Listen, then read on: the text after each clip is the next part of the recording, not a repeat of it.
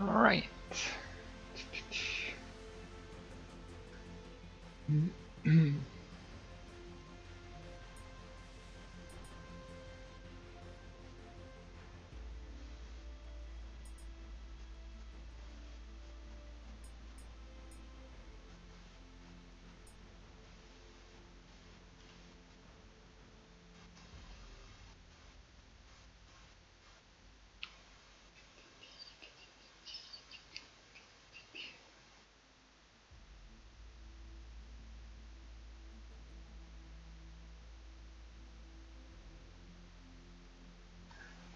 Hello, Remy. How are you? Finally, finally I'm starting the mentioned tutorials, I hope. It's perfect. Yeah, me too. I'm still busy with stuff, but yeah, let's see. Let's see. I mean, maybe we can finish few things, so yeah. So just announce it to the others, so in case if they have questions or so, they can ask me. Yeah, I don't know. Let's see. I should probably change my image in Discord. Anyways, so again, hello everyone. My intention with this series is to show you how to make missions, planets, PDA stuff. So basically trying to utilize the manpower from the community so you can help me create missions, etc. So, alright. Okay, first of all, Remy. Remy have sent me a couple of POIs and actually a scenario I want to implement to HWS. He gave me the permissions, so I want to show you how to implement missions to the scenario and how you can do missions. Because as I said in HWS HQ, there are a couple of missions Stargate's empty. So let's see. Um, Actually, it's even a Patreon goal. Hello, Dr. Dark. Welcome again. 2 months or so. The last time I started to stream. Hello, Jotunheim. Starova. Kaktila. Yeah, it's a long time.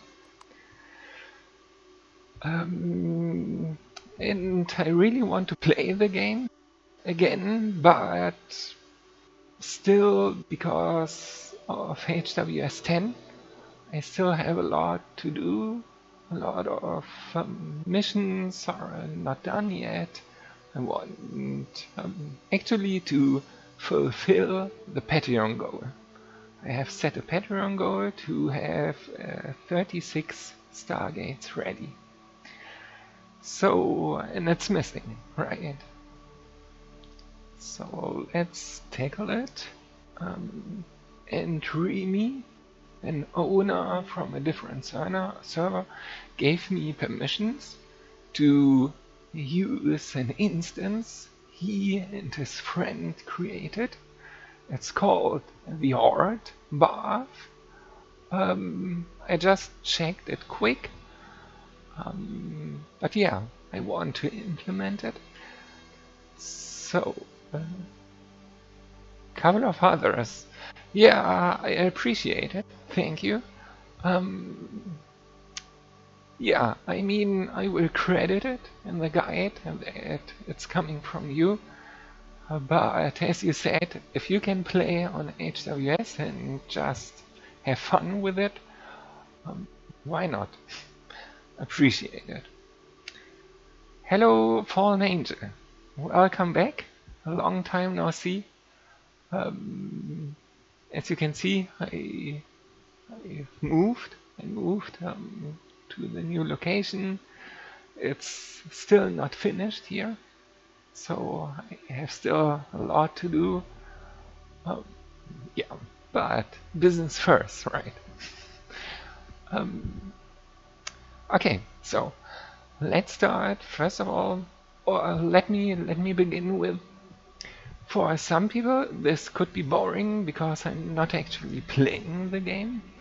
But as I said, what I want to achieve is I want to show you what I am doing most of the time, creating missions, etc., how time consuming it is.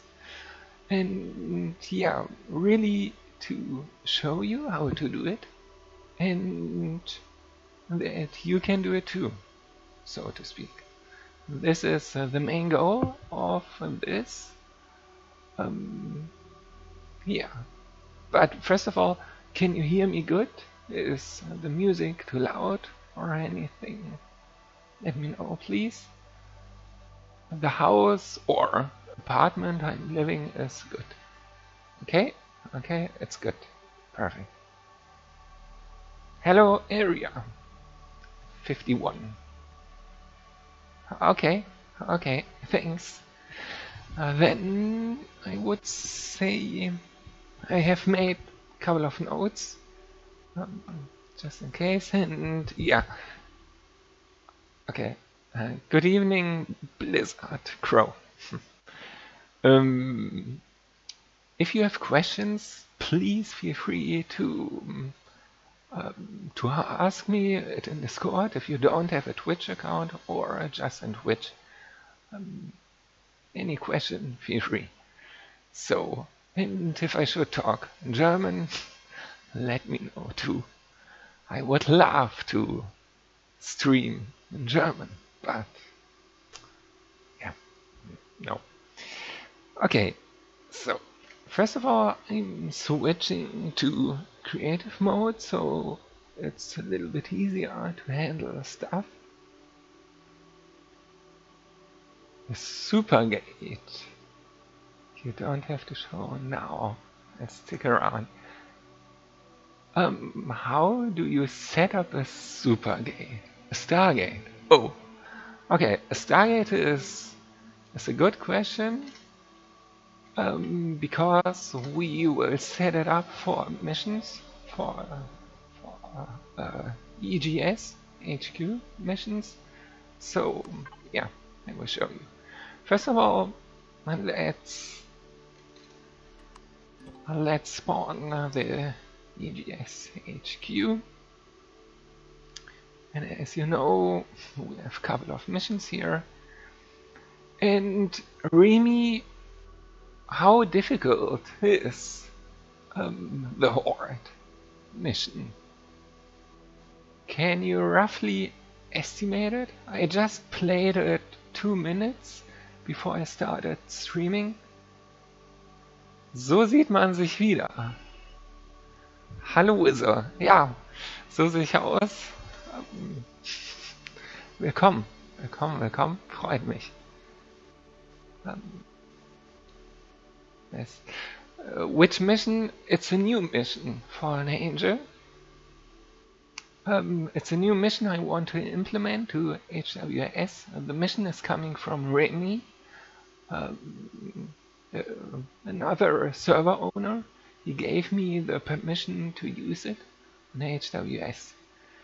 So it's kind of hard to up to 3 players.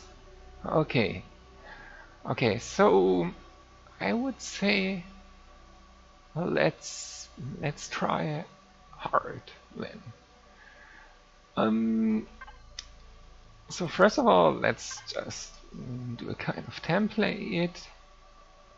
Let's call it the Horde mission for now. PDA support, I don't know. I don't know yet. I have to play the mission, or maybe you can tell me what kind of PDA system you had in mind, or you think is good. Just let me know. I checked your playfield and you have set 45 minutes duration of the mission, so let's try. I don't know what hint I can give. I think the best hint I think for now, because I didn't play it yet, is take a good armor with you, I guess. Plus a flashlight, probably. I don't know. A set of times you have to do them in order. Okay, yeah, maybe it's easy. Maybe I can just check. I can just check for signals. Open the door, or if the door opened, just do stuff. Okay, so it's not right. Maybe fine. All right. Okay, so Dr. Dark, how do you link Stargates for teleporters, right?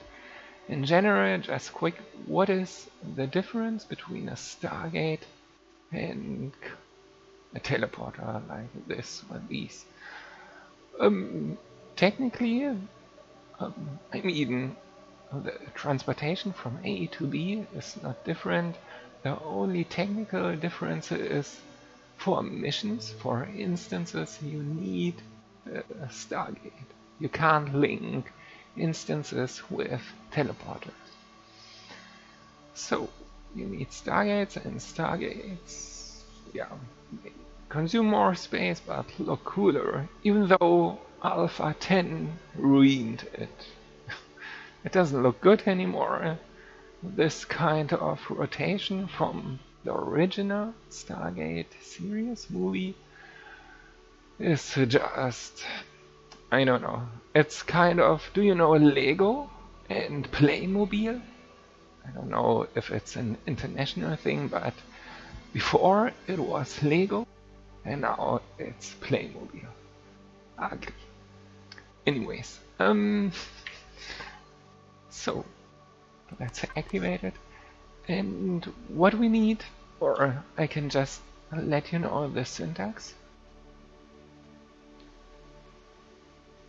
Yes, correctly. Stargates. You really need Stargate to Stargate for instances. This is the technical difference. Stargate and teleporters, teleporter to teleporter. Yeah, as far as I know, I think you can.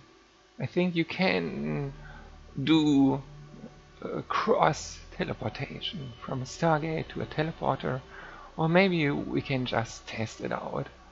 I don't know. But let me first show you the syntax, Dr. Dark, for example.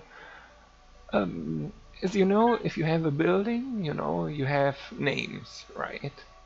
As soon as you auto-group your stuff in the control panel, your devices, you can name stuff here. Whatever name you want. If it's not grouped, you can't name it. So you always have to auto-group your stuff to be able to name it. That means you, first of all, let's say device name. In this case, for example, Stargate 1. And then it's important the @ symbol. So the device name goes to a POA name, I don't know, or a structure name, better to call it structure name. And then you need to set the playfield. So let's say, for example, ECC. And then you have another parameter, and this is a hash. It's kind of fancy, I know, but you have to take what you have, right? So you have a hash, and now you can set the origin ID.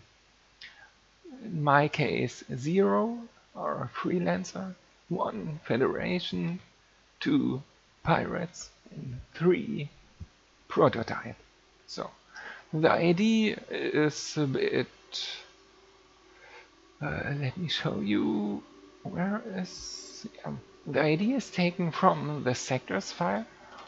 So in the sectors file, you declare the IDs. You start with 0, 0, and then just go +1. So yeah, which means if I set 0, let me see, I'm Federation. So if you toggle it and deactivate God mode, that's probably, yeah. So you completely need to remove God mode. So you can see at the top right corner of my screen, only members of Origin Freelancer can enter. So, hello David, welcome, welcome. Yeah, so only Freelancer because I have set the ID 0.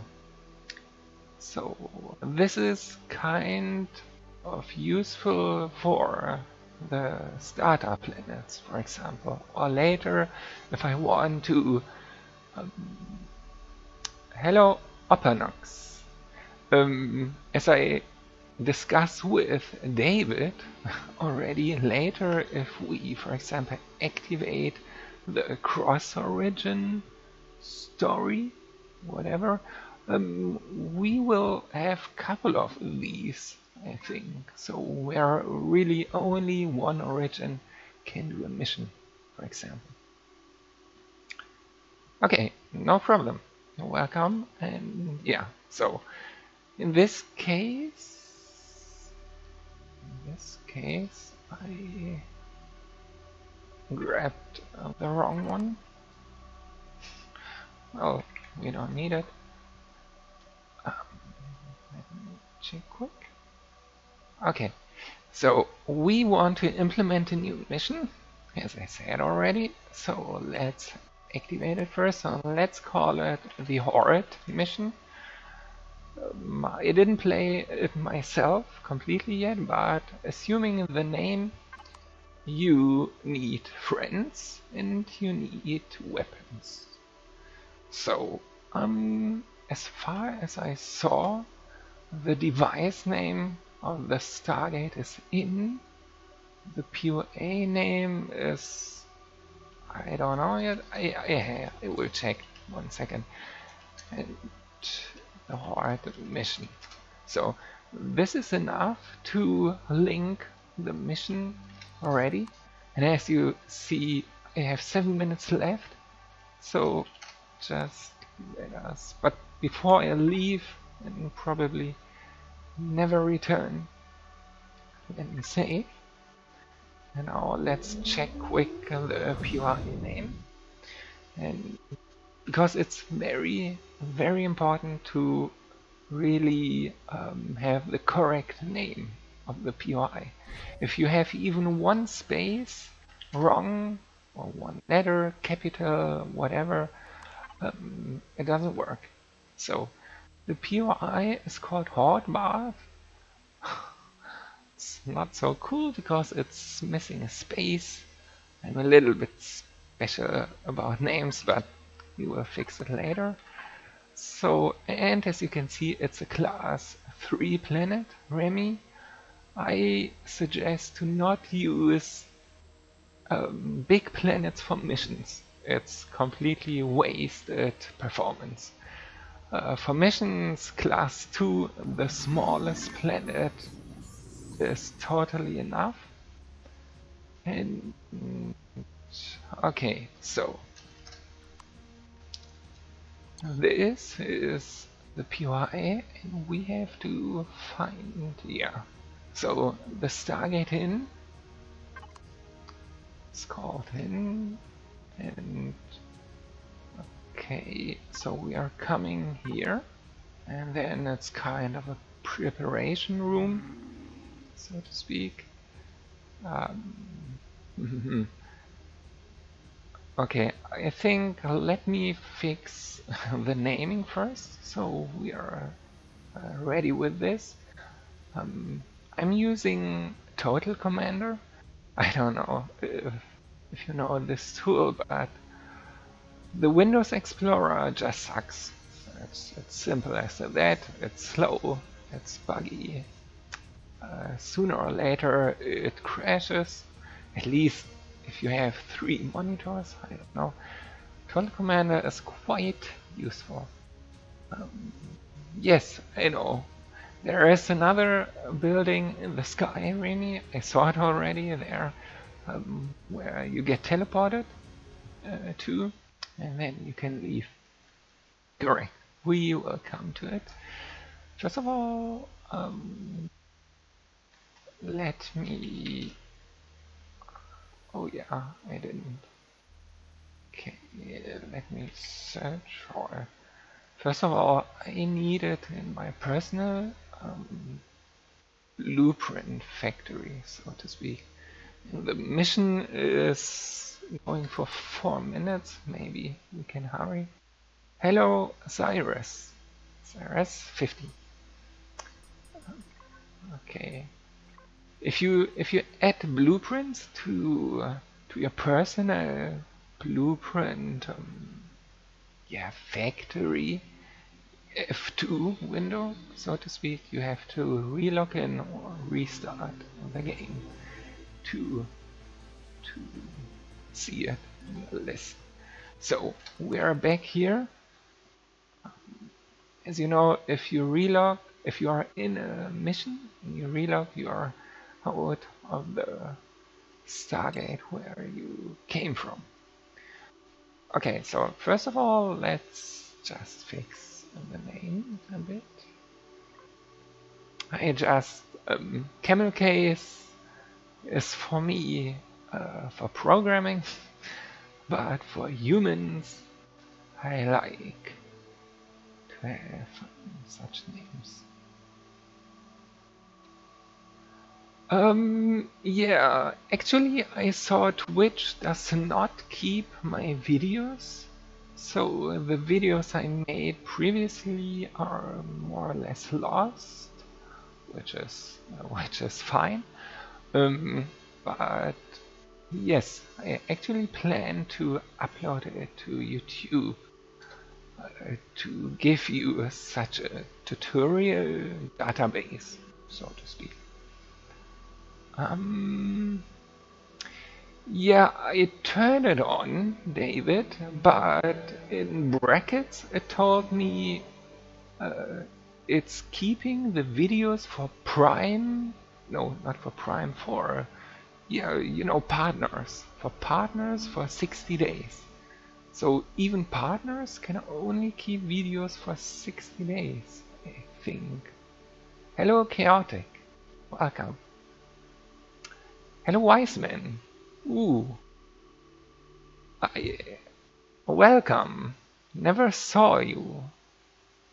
The creator.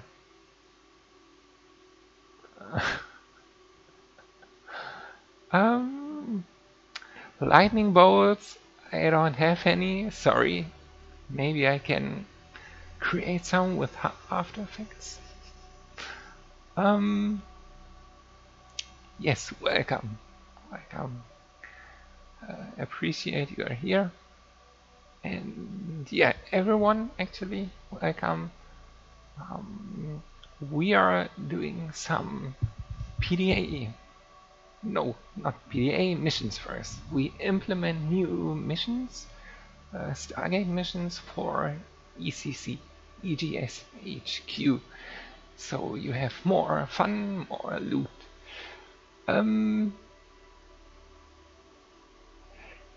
Yeah, thank you, wise man. I hope it's useful.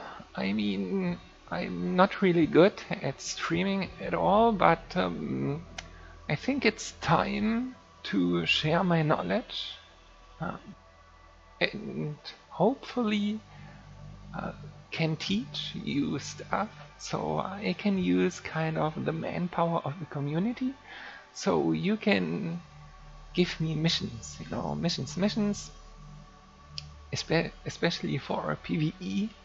If these guys have tons of missions, who needs PvP, right? um, yeah, but it's important. I think. I think missions are very cool. It's very time consuming to create them and maybe buggy, especially the PDA, the old PDA, not the C# PDA. I've not tested it yet, but yeah, you'll see. Hello, Nuclear Death. Hello, welcome. Okay, so let's continue. We have renamed our POIs, and this is maybe something it's not known too. I mean, this blueprint window here is kind of tricky on its own, so maybe I can explain it. First of all, if you have a base, for example, you see 3 columns, which is great, it's new. Previously you had only the name, then the group name, now you have also the spawn name. What you can do, and I didn't know in the beginning too, you can double click on it. It's very cool because you can set here the group name, you can set the spawn name, you can set the offset, which is not important. Basically, these things here in the group name is not so important for players, for regular players. But if you do missions, if you are an owner, it's very important. So the offset, the blueprint flattens ground, the terrain remover, and keep topsoil. Let me catch up in the chat. He said, if you have enough PvE, why would you need to PvP?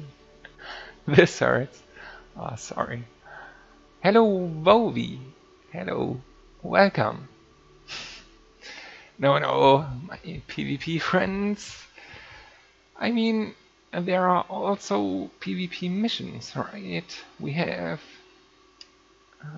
the loot mission, but PvP Stargate missions are really tricky to create because you don't have a kind of a lobby like Fortnite or PUBG, for example, where let's say 10 guys are in a virtual lobby and then it starts.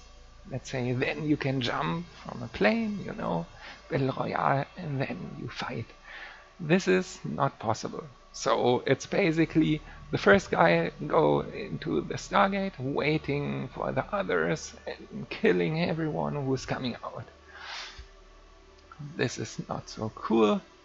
Yeah, PvP Stargate missions are very tricky.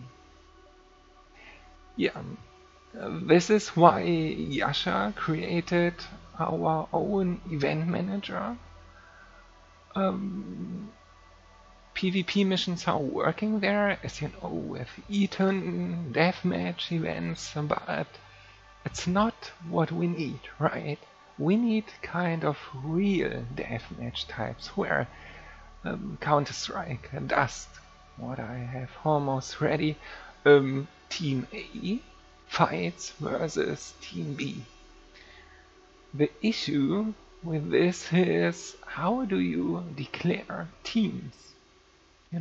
If you have person A who hates person B, but both can technically join Team A. So What should I do? Should I hope for common sense and they don't kill each other, even though they hate, each other? But go for Team A versus Team B? Or how should I do this? Or how do I prevent abuses so they are pushing each other or infiltrating sabotage? It's very difficult to create cool team-based PvP stuff. Technically, we can kind of, Yasha said it's too difficult, but we could maybe map to factions, right? Faction A fights versus Faction B. But so far, technically, this is not possible. Okay, let me read the chat. Whistle, how can I forward on Twitch to see Rex's cat? Forward? You mean in the future? Not possible. You could go in the past and see my cat, but I can also show you a piece of my cat. For this, I don't know. For this, you can go there. You see the tail of my cat, right? You see on the wall we have, how should I call it in English? Was heißt bohren auf Englisch? We have made holes in the wall. Let me rephrase it. And then put these things on it. So the cat is hopping from one thing to the next one until he is sleeping on the wall over there. Drill holes. Yeah, drill holes. I drilled holes in my wall. Not with an epic drill.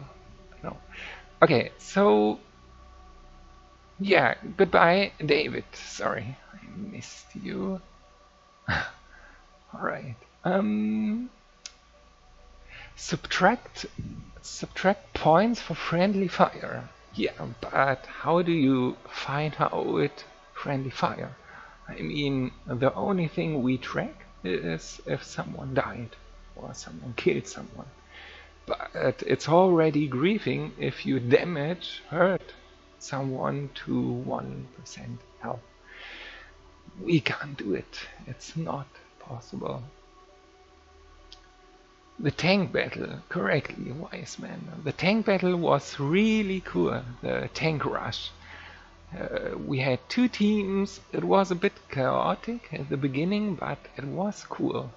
It was really cool, and I really want to have such team PvP events without doing it, so to speak. It should be automated. It's cool, especially if we get more admins like Blizzard Crow, David, who can host such events.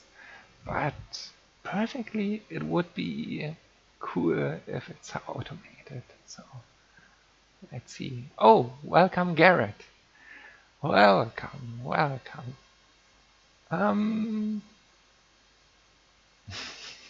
You blame them, Vovi? Okay. Yes, I really recommend you have such things on the wall because cats really like to climb stuff. Climb walls or such things. I don't know how to call it. Okay, it was outbound. Yes, Dr. Dark, this was kind of your welcome to HWS. He was invisible. He was like God mode invisible and killed people, and I was... What? Okay, you have a dog. Okay, dog. Um, do you think chaotic 1 versus 1 deathmatch? For me, I have to say it's not so popular as I hoped for. Few times, some people doing it, but yeah, well, if I think about it, the ships needs to be on rotation frequently. At the moment, it's kind of boring, I guess, if you fight with the same ship over and over again. Okay, I will make a note. Maybe Yasha can rotate blueprints. Alright, so let's continue. Sorry. Okay, so let me explain the window you get if you double click on your blueprints in the blueprint window. The group name is important for the playfield YAML, so it's a bit complicated to explain the differences between blueprint group names, blueprint spawn names, in combination with random POIs and fixed POIs. And then in combination with the PDA. Maybe we come to it later. It's very complicated. Okay. Back in college? No. I tried to make it as quick as possible. And yeah, the spawn name is for players interesting already. Just the spawn name. The offset is important if you want POI under the ground. For regular players, this does not apply, but if your structure is spawned with over the playfield YAML, you can set here if it should be in the air, you know, if you set 300 meters, or if you set negative 30 meters, for example, then you have a kind of a bunker or a cave, as you know, in ECC. Okay. Alright, so blueprint flattens ground is obvious, I think. It just makes the terrain flat where the POI is. You might think why you don't set it. Well, for some POIs it's quite cool if you leave the terrain so the player has to drill it. For example, Atlantis, the sunk city. Terrain removal is same as Atlantis City, so you don't want that the player drills the POI, so you can let it remove. And keep topsoil is more or less new. That means a planet has a texture. Well, a planet has a texture, and you want to keep the texture the POI is placed on. So if you have a POI on snow, you want to look nice, you know, the POI on snow, you have to activate it. If you do not activate it, your POI will be spawned on a black, ugly surface texture. So it's almost a no-brainer to activate it for planet POIs. Alright, so we have set this, and now, because we have saved these blueprints, we have to put them back to the prefab folder. And maybe we can delete those. Maybe a quick, how should I call it, suggestion? Well, what's a lot of blueprint? Yeah, I have some blueprints. On the left you have my blueprint library, so to speak, and on the right you have the prefabs. So we have over 600 POIs. Not every POI is used, but most of them. Okay, so just as a disclaimer, or maybe maybe a hint or suggestion for server owners, or for you, whatever. My effectiveness rate can only be as high as it is because I have, I don't know, this mouse, not this mouse, I don't want to make a advertisement, but a mouse which has buttons, you know. It's very important that you have a mouse with buttons, in my opinion, from my experience, 10 years. And the first thing you configure for your mouse is the button Enter. A mouse which does not have the button Enter is, I would say, 30% less effectiveness, you know, efficient. It's really good to have an Enter button for a mouse, trust me.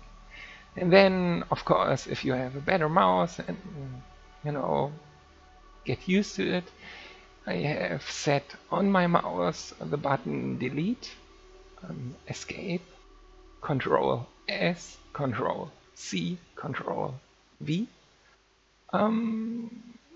Yeah, and yeah, and yes, one of the most important buttons or combination is double click, double left mouse click. Very important, very important. Not only save left mouse button clicks, so you keep your mouse healthy because you know the button has a limited amount of clicks for its life. But also, you know, if you navigate around and you can do a double click, I don't know, it's just my personal preferences, you know. But I can tell you, once you get used to it, it's pretty fast, pretty fast. Okay, so where am I? Okay, I renamed the POIs. What you have to check now is, oh, the playfield designer. The playfield designer. If I upload this Twitch stream to YouTube, I try to link the tools I'm using on YouTube, so you can check it out yourself. Playfield Designer, a program by GMC, is the best tool you can use for creating, customizing planets, playfields in general, orbits, planets. Yeah, so this tool, and it's really not difficult. It's straightforward. If you can do Word, if you can do Excel, you can do this too. It's a playfield designer. Along the way,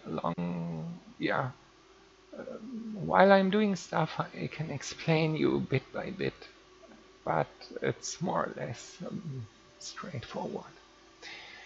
Okay, anyways, we have now the correct POIs listed, the org. What we have to check here now is the spawn name. Again, as a player, this is kind of a lesson, because you never have done it, I assume, so you have to learn it. But if you have this tool here, all you need to do is put your blueprints in the prefab folder of your scenario. Yes, exactly, Remy. This tool helps you also to reduce mistakes. I mean, everyone, of course, started in an editor, Notepad++ or so. And in this case, this is my editor to go. Everyone started here, but it's not recommended. It's, of course, not so good if the tool is not updated to the latest version, so you can destroy your planets or playfields, but yeah, it's GMC is a cool guy, he updates it quite quickly.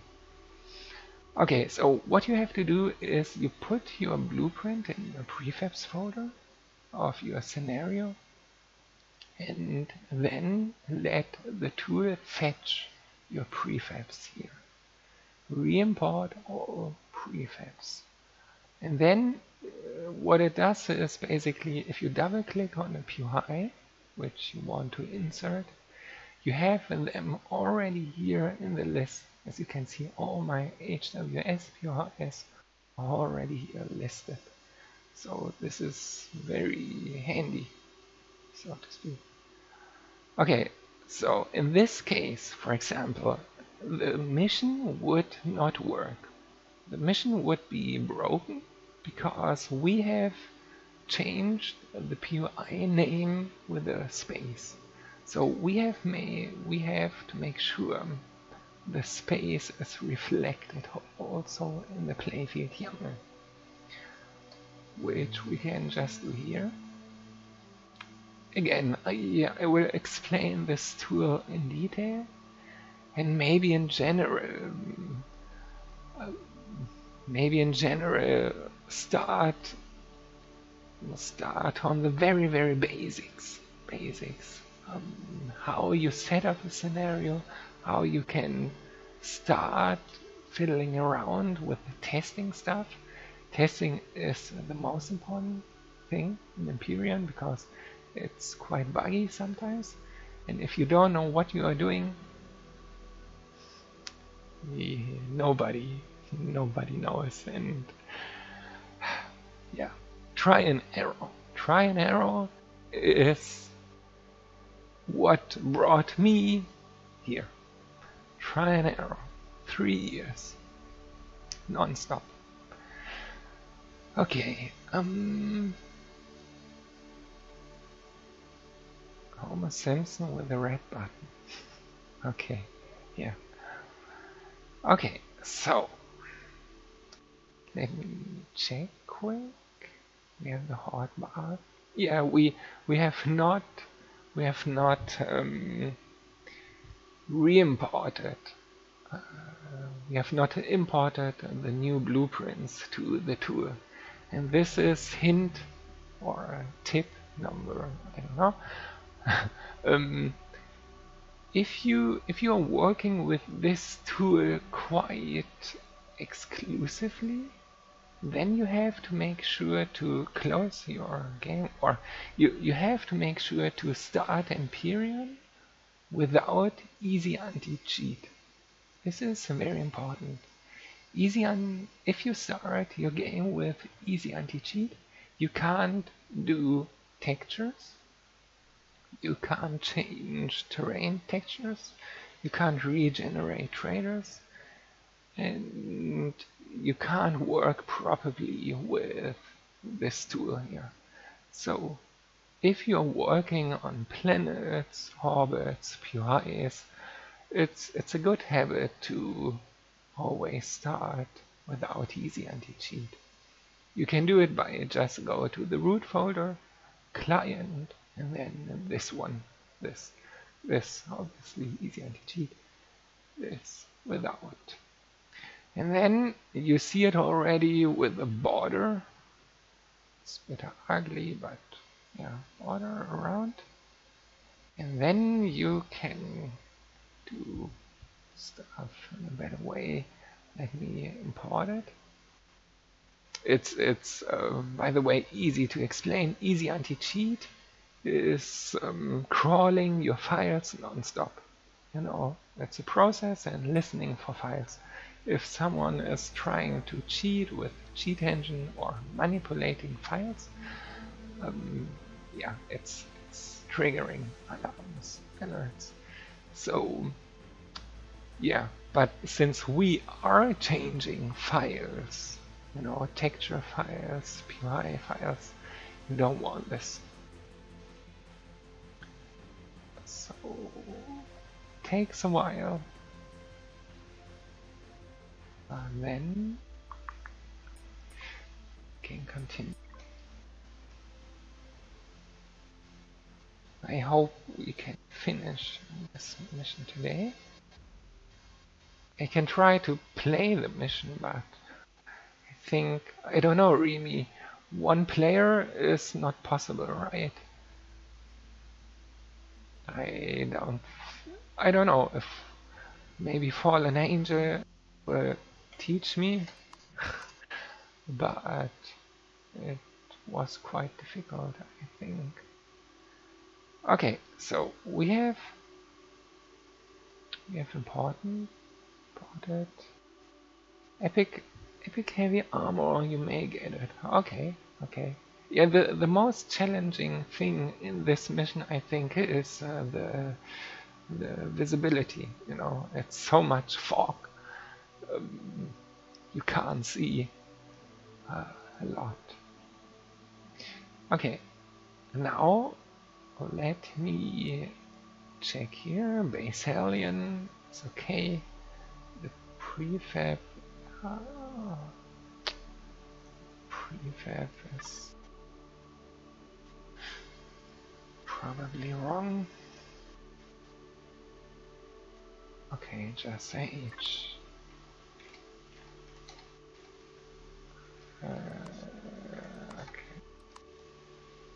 H, let me search.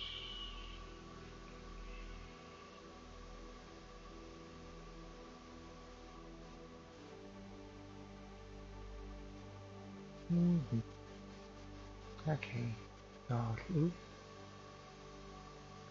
North.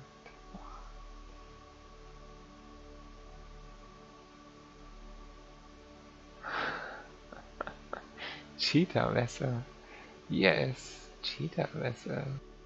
I don't even know. I had one blueprint. The dreadnought is somewhere. I got it.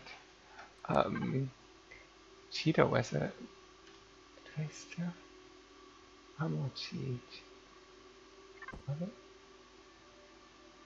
No, I had one blueprint. This was no heck. I think. Do I still have it? Oh yeah, this is so awesome. It's still available. 3 years ago? This ship. It's incredible. Don't ask me how it was possible, but one guy achieved a hack. Huh, let me think. Maybe it's... Huh, I have to check if I can reproduce it now with the knowledge I have now.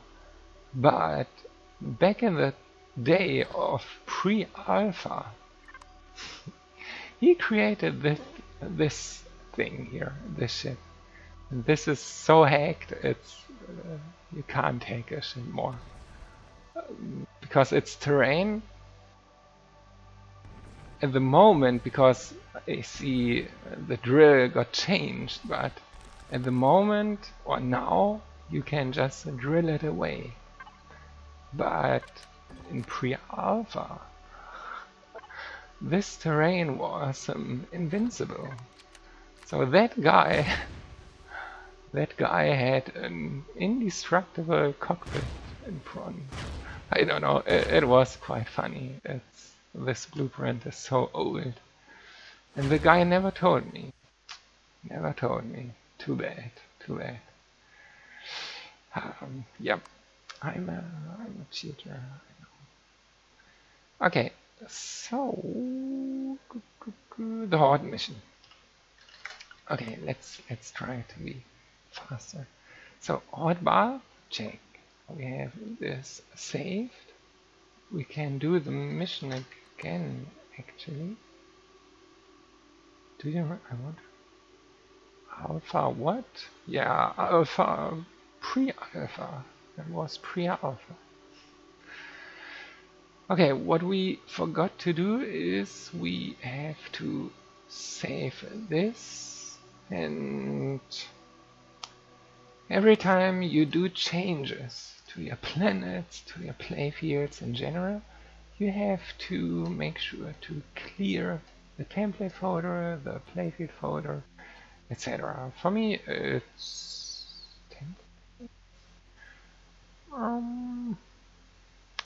if I clear playfields, I remove the EGS HQ, but it's okay for now.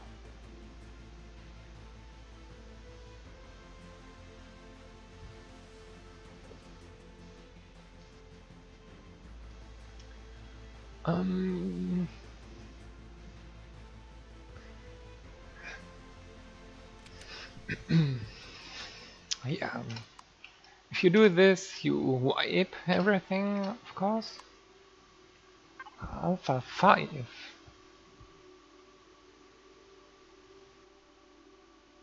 Yes, yes, they removed it. They removed it, and I can't tell you what version it was. But at the moment it does not seem to be useful anyways anymore, because you can just destroy it. But I think there's one trick I can do, but I don't show you. Too many cheater here. Okay. So let's test again if the connection is working. If the connection is working, you have already 50% of the mission done. No, not really. Yep. Merp, not working. And then you have to check why. I forgot to set the planet to class 2. Oh yeah. This is quite annoying. If you try to if you try to find the POI you have set and it's missing, and you are asking why, the first thing you have to do is change to survival mode. In creative mode, the POIs are gone. Keep it in mind. So let me repeat quick. Oh, damn it. Too quick. It's not always good to have this mouse button double click. Sometimes you are quicker than your brain. Anyways, you have to keep in mind to clear your save game folders for new instance. What else is important? POI, the Stargate. PDA is maybe coming later. Yeah, first of all we have to make sure everything is correct set. We change to survival. Check. The drone base setup, by the way, is not needed, Remy. Especially not the planet vessel base. Do yourself a favor and do not use planet vessels, please. In multiplayer it's completely broken. But yeah. Okay. Once again,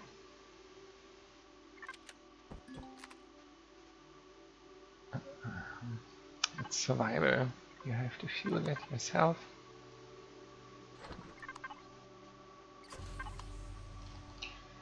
In creative mode, the structures are fueled. automatically. I mean, but I love to torture the players that find them customized. Okay. Yeah. Okay, in the meantime, let me change the planet to class 2. If you change the planet size, keep in mind you also have to clear the cache folder.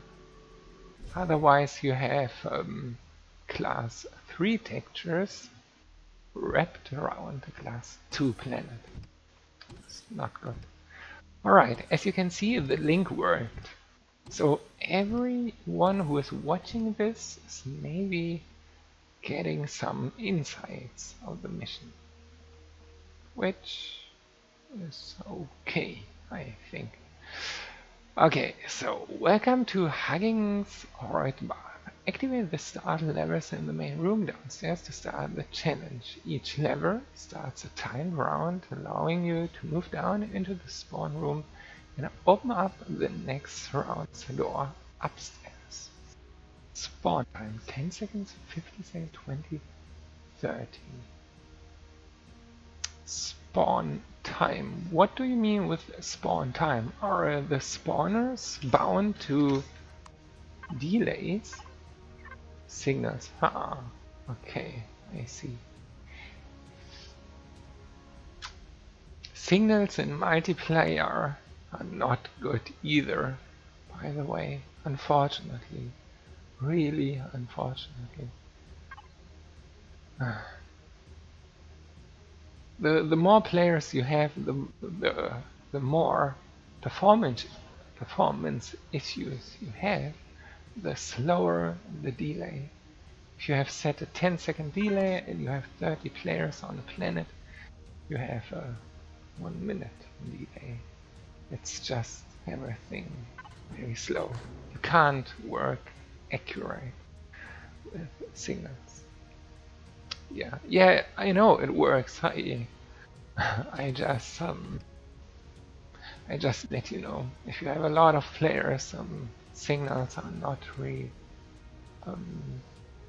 yeah, how should I say, trustful. Maybe. Yeah, I can't pronounce it.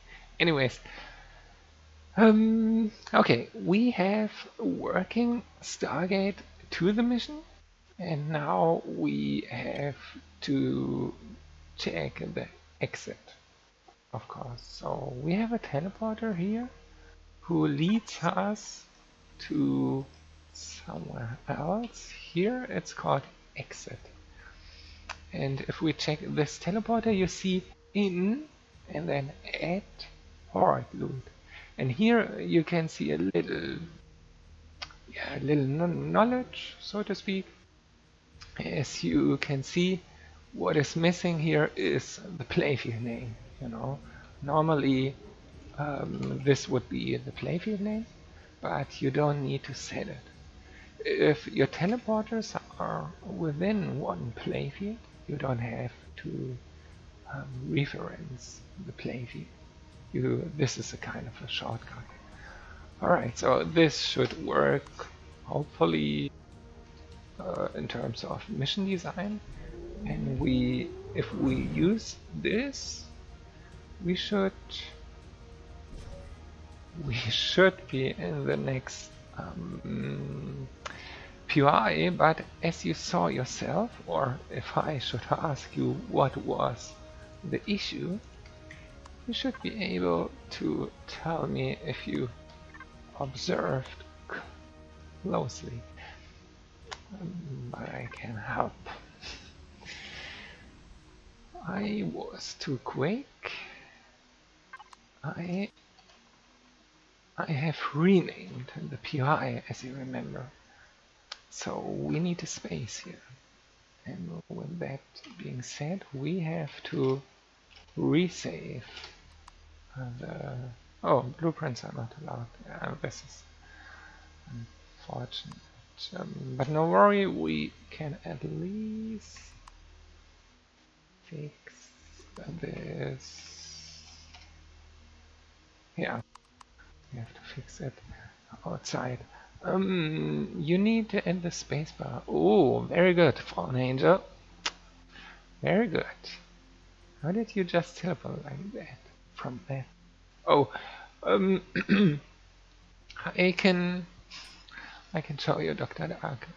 1 second. I just need to fix something. Yeah, I forgot to reference the hot loot. Somehow I got distracted. Yeah, so now we have reference. And as you can see here already, it is up in the sky. 750 meters. Okay, let me save it. And I really need to keep this in mind. I have to reset this. And right. Try again. From map. Yeah, teleport. First of all, you need TT. You need to activate the teleportation. This is the shortcut TT. 1 second. You can use it in space, you can use it on a planet, it's all good. Let me do this all the time. So TT was activated. Yeah, TT. So if you open the map and then, you know, check stuff, and then if you press and hold the shift button and click with the right mouse button, you can jump around, as you can see, on the planet as well, so it doesn't matter. Okay, so 1 time. Okay.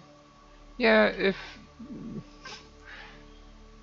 you don't know stuff, or if I'm too fast, or feel free to ask. Okay, 1 second. I have switched it to class 2 by now, and this is... I can ask again, what is the mistake I made? It's a mistake. Maybe you know. Why do I get an error? Okay, let me help you.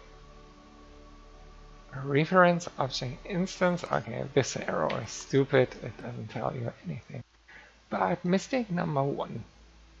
I didn't clear the cache. It's not good, so you just delete your texture folder. But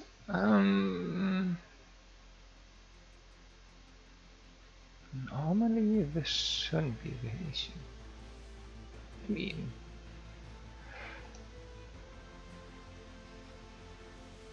why the error came up? Let's see. Space in the wrong place. That is always my problem anyways. Yes, exactly. Spaces, semicolons, stuff like this. It's very, very annoying. Oh, as you can see, something is not right. You have a glowing ECC planet. What a cookie. The issue is you don't get a helpful error message telling you, hey dude, you messed up 3 seconds ago as you changed this and this. And nope. You have to go try an error. Okay, what I assume is not good. the instance is still open, which is kind of unfortunate. It's not mapped to the playfield folder, as you might think. It's not. It's mapped to the game.dat file and it's mapped to the PLI file. There is a tuple at the top of tuple. There. Top. OCD. Here. What tuple? Whistle. Tell me. Teach me, sensei. Oh, this is not good too. This should be a little lower at the side of the... Oh, you mean the bank? You mean the flipped texture wording? This should be fixed by now. 4 days ago, the bank was flipped. Upside down. Garage. Garage, garage, garage. Garage. Zone. Garage. Zone. Garage. Zone. At the top. A little lower in the top side. Oh. Screenshot. Well, I will fix it then. No worry. Garage. Anyways. Okay, so I assume we get... Who? Garage? This is... Oh.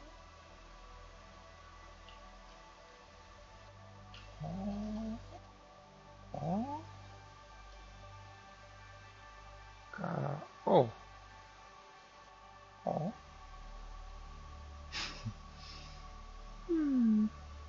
I think it's fixed, but I did not regenerate the POI yet.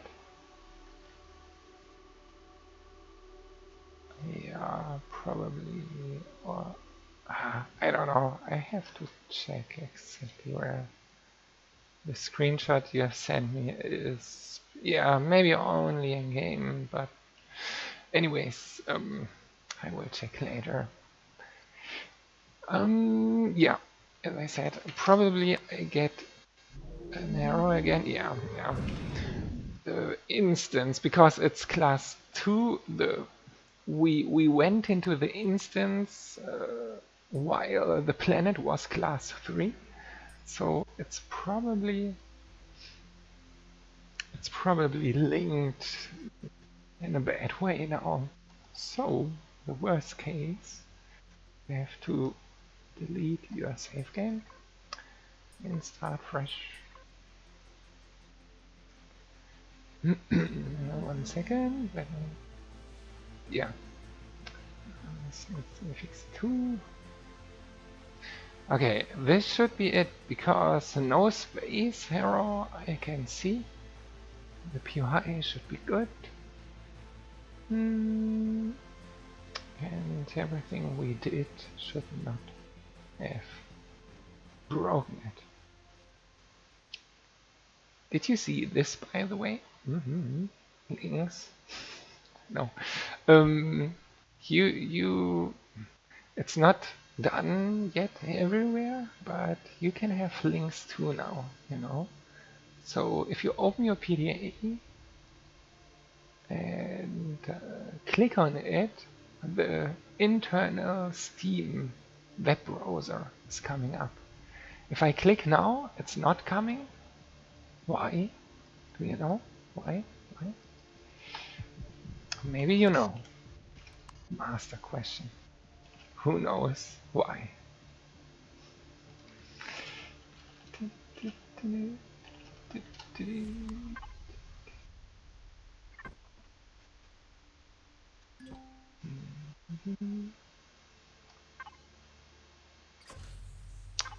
Well, you don't need to know why, because you should be always running the game with easy anti-cheat. So this is the explanation. If you have the game running without easy anti-cheat, you can't open links in the lobby, in the multiplayer lobby list as well. It doesn't work. You need easy anti-cheat for that. Alright, so the fun starts now. The fun starts now because we get an error and we don't know why. And the next important thing to know, if you want to check logs, you know, the game is writing logs. And every time an error comes up, the error is written in a log file. So sometimes we tell you, please send us your log file, because we can send this log file to Leon then, so they can fix the issue. But if you're running the game without easy anti-cheat, no log file is written. So, yeah. Yeah.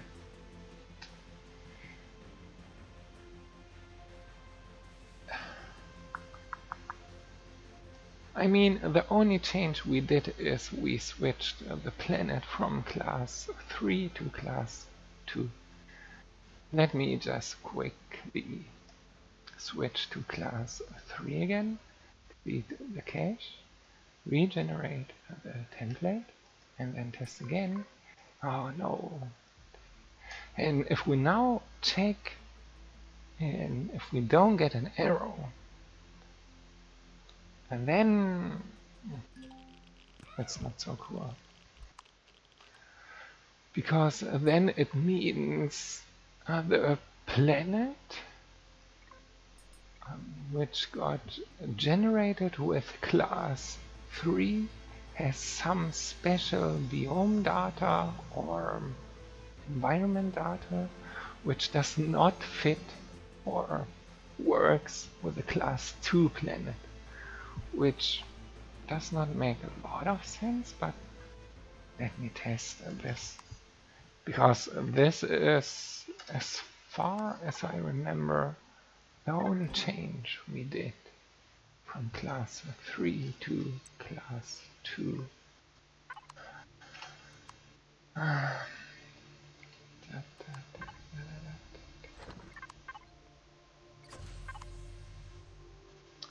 Okay. Too bad it's still mapped, so I guess, yeah, I have to start a new save game. Try again. Yes, Iris. Yes. And this is, as you can see, this is what I'm doing most of the time. I mean, if I'm not dealing with HWS Connect or so, or dramas, whatever, I'm dealing with this very, very often. I try something to implement and it's not working, and then I have to test, try and error, so to speak. So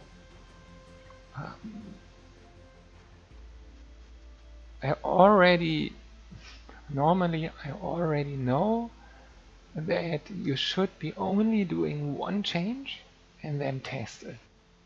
Even if it's just changing the weather, you know, you do only the weather, log in, test, and see if it works. If it works, do the second thing.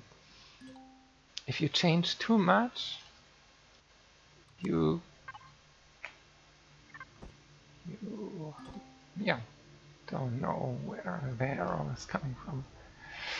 So sorry for this little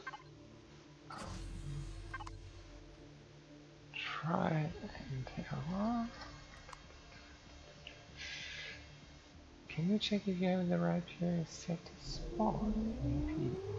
Yes, I can do this. Since it's the hot loot. Oh, wait a second. Da, da, da.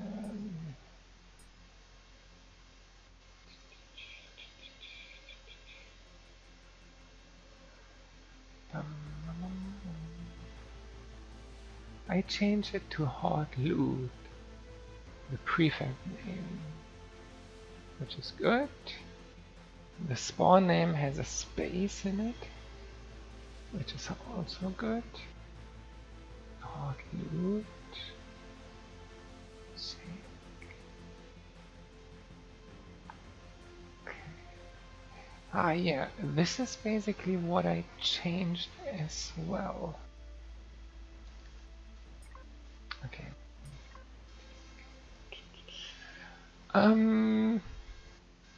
Okay, what can we show?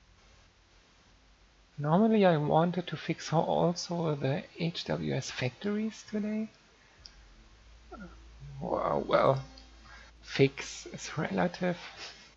I just want to rework them a little bit in the PDA. Okay.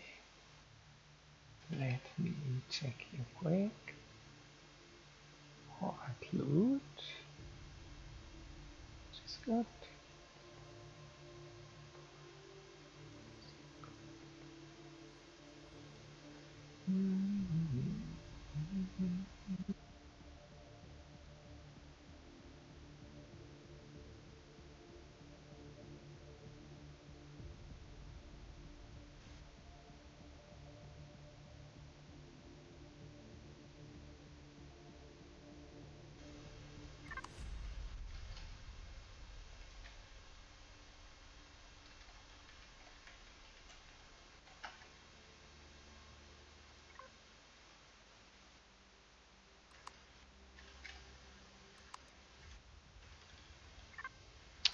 Okay, the whole planet is broken. So let me check it back up quick.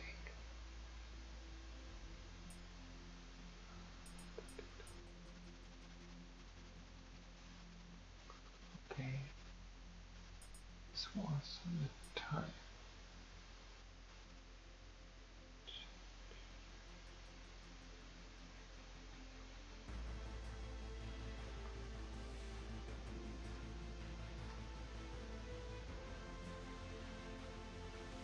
Oh, normally I didn't change.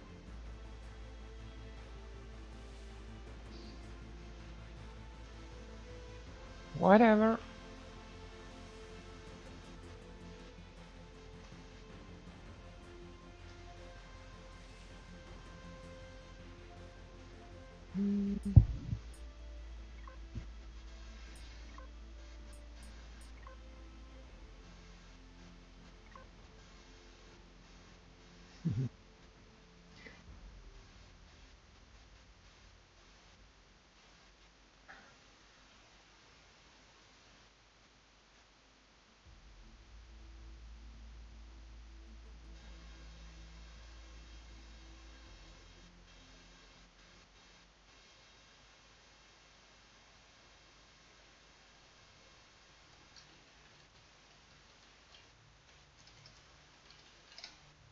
Yeah, if it fails again, I will just start with easy anti-cheat. Most of the time, the error log is quite promising. But let me do it backwards. Let me finish the end already. So we are finished. Elemental, galactic, Service names, HQ. Launch mission.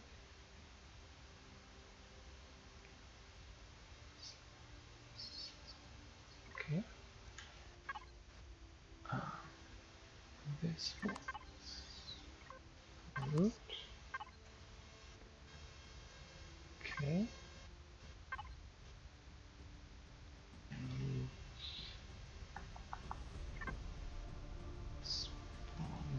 This.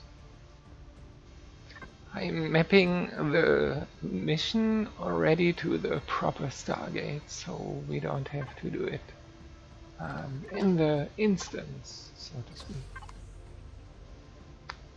So it's just a little bit quicker. But the horde mission needs to be correct. Okay, save. And now, do we have? Okay, survivor. By the way, Rex, I just noticed a way to exploit some stuff. I sent you in this for later. No? If you won't try this.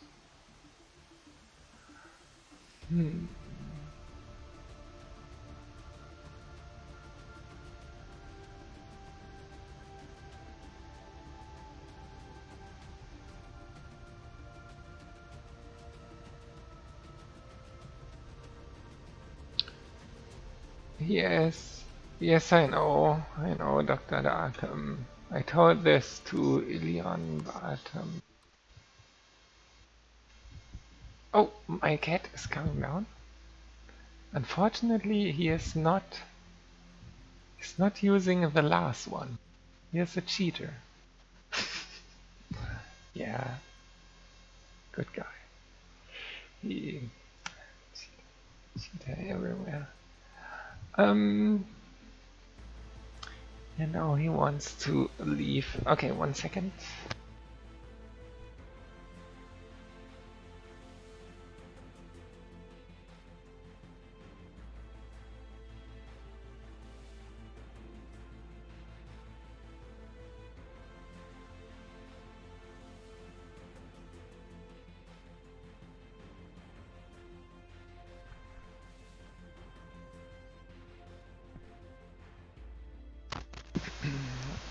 Okay. I closed the door. Yes, Dr. Dark. I told it, Leon. I know. What should I say? Everyone should know what he is doing and if it's worth to get banned, right? If you want to get banned, do it. I can't decide. What should I... Yeah, let me... Because we still got the arrow, unfortunately. Or maybe in such situations we just do something different.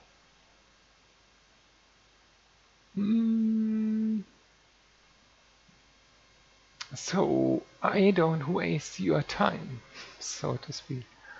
While I do a try and error, you don't have to watch this. Okay. So let me think. I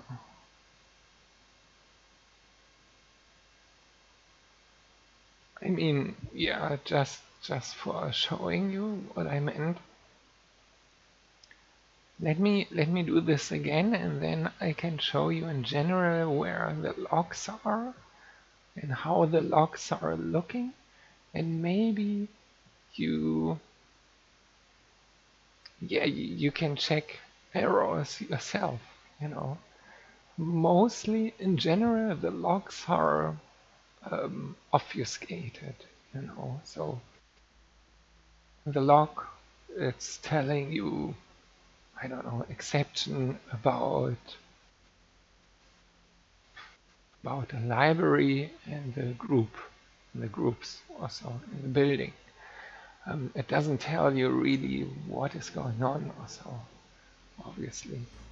So, but sometimes the arrow will tell you what is wrong. So it's always worth to check your log folder. Especially if it's a reproducible error. If you get it often or reproducible, then it's very important to send it to me by Yasha. So we can send it to Leon. You get the button to send it to email, send it to Leon, but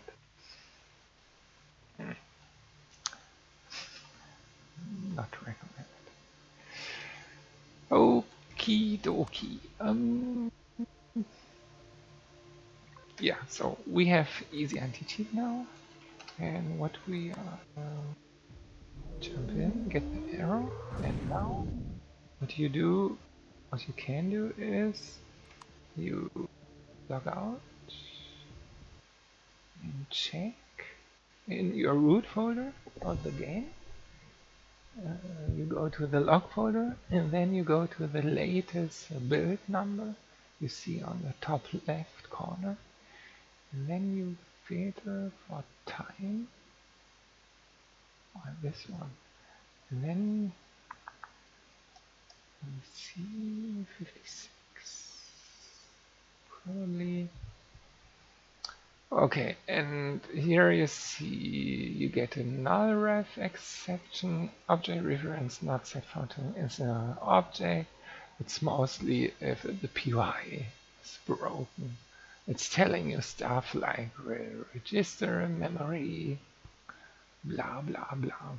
It doesn't help you really, but object reference not set is mostly coming from POI, which we changed. We changed this, but yeah, it should work. But no worry, I will figure out in the next episode.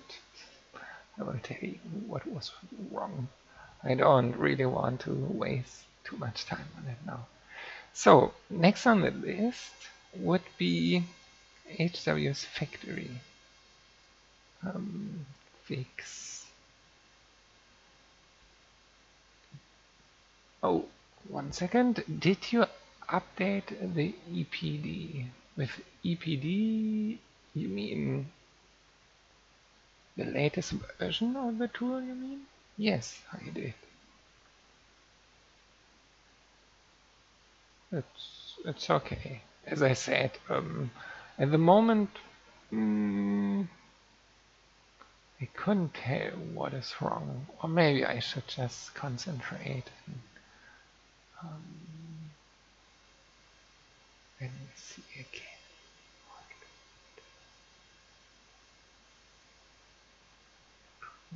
Oh, okay. I found the issue, and it's embarrassing. Okay. In such moments, you either cry or you. No, it's not the space, Remy. It's not the space. It's because I was stupid and not concentrate, as I said. Look, if you have random POIs, what you are doing is you grab here the group name for random POIs, right? It's easy. Group name. But in this case, the POIs were fixed. And if you set fixed POIs on a planet or in a space, this top left window here is not the group name. And it's something I told GMC already. It's confusing, but somehow he said it can't be changed. So if you set fixed POIs, this top left window here, don't get confused with all the group names here. what you have to set are only 4 things. One, if it's a base. Second, if it's Hellion or Admin. If it's a CV or is it SV, HV. So in this case, I was a little bit brain AFK and have set the group name Horde Loot in the top left window, which is the error I got. So what I have to do to fix this error is you have to scroll top, and here what I told you, you have to set the structure to the proper type. And this is the issue with working with such a tool, you know. If I would be in the editor, if I would be here, let me go to the Horde mission here. So yeah, you see, if I would work with the playfield YAML file, I would have immediately saw that the type is completely stupid nonsense. Fix POIs, the type, you know, base Hellion, and this is just, yeah, stupid, not concentrated. So, but at least we found the issue. So keep this in mind. It's really a stupid mistake. I'm so sorry. So we can set it back to class 2, or this trinero was useless. And we can make a clean cut again. Stupido. Oh, hello NetMetal. 2-bit credits? 2 bits? No. Oh, sorry, 2 billions, not bits. I mislooked. 2 billions. What will you do with so much credits? And who are you in game? NetMitten? I don't recognize you. I will buy all the swag ships at garage. Oh, hello David, welcome back. All garage ships, but you can only fly 1 ship. What do you do with the other ships? I'm Net. Oh, Net. Yeah, I remember you. Hello, Nuclear. Alright. 2 billions. You would waste your money for ships. Okay. That's the wrong answer. I just make a huge garage and stare at your rich. Awesome.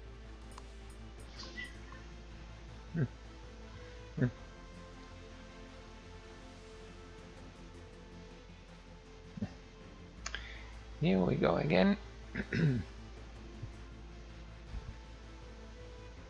Crazy catch.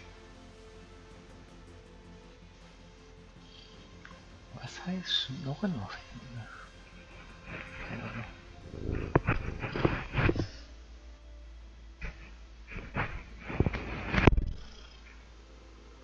Can you hear it? Pouring, yes. Pouring. I remember. Pouring heißt Schnorren. Maybe I can also do some German lessons. Damn it.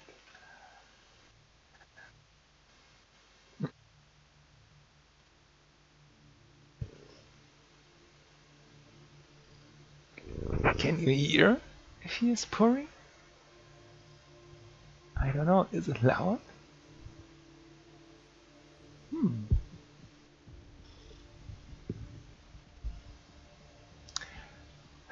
The cat is always stealing the show. Okay, so yes, the rear axis. Yeah, the name of the kitten is or cat is RexXxuS. Yep, I got inspired.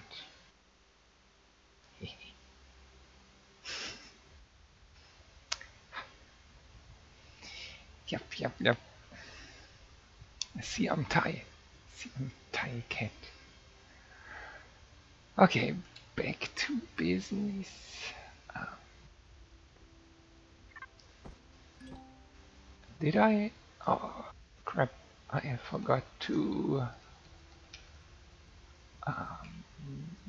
set these POIs back to the prefab folder. So, yep, we have the correct exit point as soon as we are in the mission. And did I save the file in EPD? You really have to be concentrated, and well, I'm not a good streamer, so excuse for stupid mistakes. Okay, here we go. If we get an error again, you get a cookie from me. Oh, damn. Okay, I get it. Get a cookie from me. I didn't save.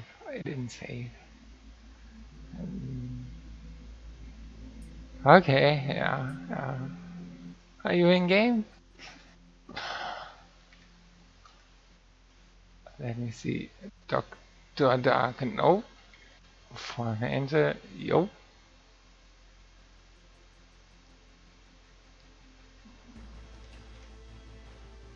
Here, you have your cookie. Damn. Cookie time. Deposit. I can do it, but I don't want to mess around with the deposits, with the OCDs, in case I override something. Cookie, yes please, cookie, yeah. Give me 5 minutes. Well, I said you get cookies, so... Damn. Not in game. David, not in game. Volvi, not in game.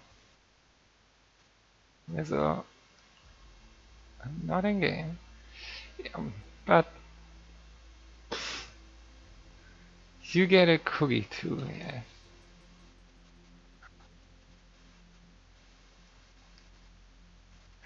I did not save. Come on. Focus. Oh yeah, I say cookies. So that means multiple. No, cookies. Plural. Because many people. Not the amount of cookies, but the amount of people who get cookie. Pumpkin gets flour. Yeah. Okay, so I did not.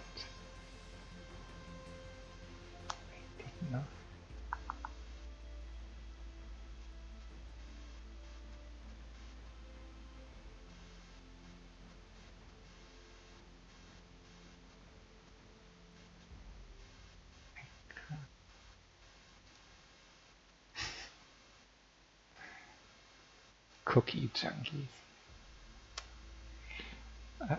Okay. Stacks? Cookie stack? 10 stacks of gold cookies. Gold ingots. No, I was pretty confident, but good I didn't mention gold. I ate it. Okay, great. Oh, did I clear the cache? No, I did not.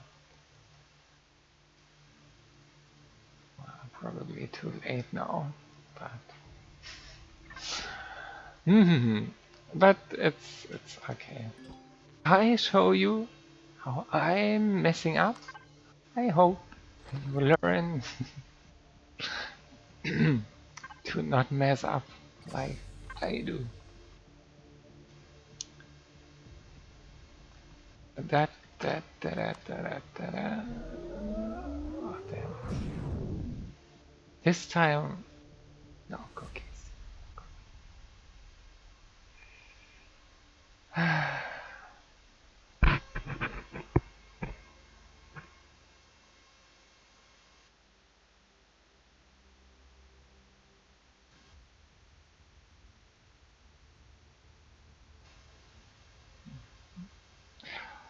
Oh, 1 sec.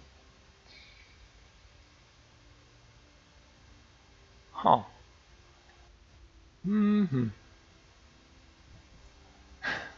Noob mistake. Oh, come on. Noob mistake number 2. Whatever. Let me verify.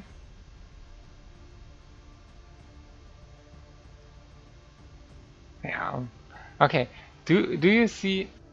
Probably only Remy knows the answer, but do you see what I did wrong here? No, no, I'm not nervous. I'm not nervous.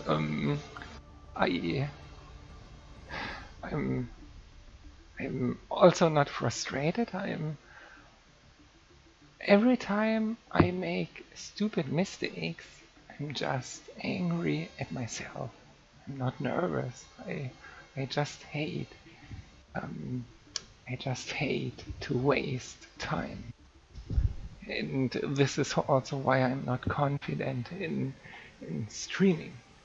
I hate to waste your time as well.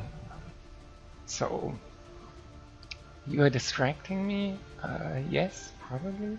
Maybe my cat too. But no, in this case it was just my stupid mistakes. But I am also not concentrating. The mistake is here at the bottom. At the bottom of the screen. So this is maybe helpful for you if you work with the tool. I opened previously a backup file. I opened a backup file and wanted to check what I changed in the past. And then I forgot I opened the backup file. So I did changes to the alien stuff here at the top left, but the changes are now saved in the backup file. But the backup file is obviously not taken from the game. So every time you open a backup file, make sure to either click on this button here at the top left, Save As, so you save your backup file, which you corrected, back to the original playfield file. This is very important because, as you see here, again, I checked back to the roots, I checked the file and I saw, oh, it's not written. So I have worked all the time with the backup file. So let me make it once for all good. Or you can just double click here, playfield YAML, and then you see already here it's fetched. Okay, okay, so sorry, scusi. And sometimes the game just gives you a cookie. Leave me alone. So you have to restart. Okay, now it's easy. Oh, so embarrassing. Such noob mistake.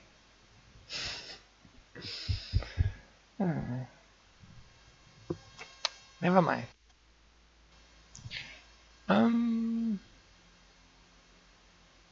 You have time. That is awesome. To have time.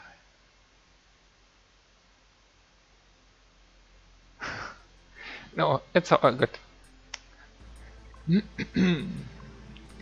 Okay. And then we can continue. While I'm loading, or oh no, it's okay. Okay, so we lost a bit of our flow. Anyways, we have the POI. We have the connection set. And what else is missing? Probably it's time to play the mission, right? So let me activate all the stuff.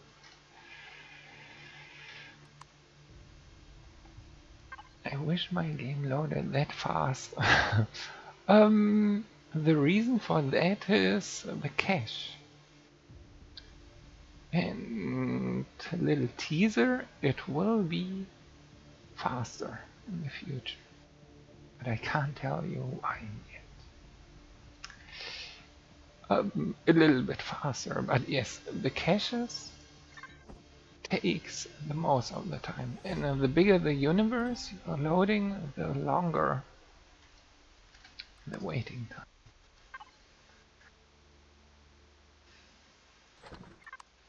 Now I'm in game. I prefer personal deliverance. So cooking. Dr. Dark. Once I start as regular player again, we can meet on Homeworld again as the last time. Here, you get your cookie.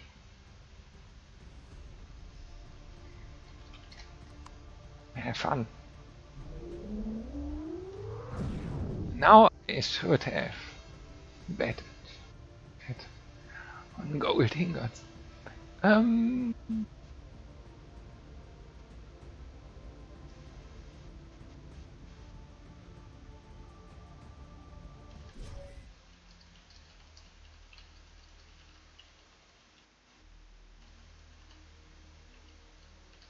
1 second.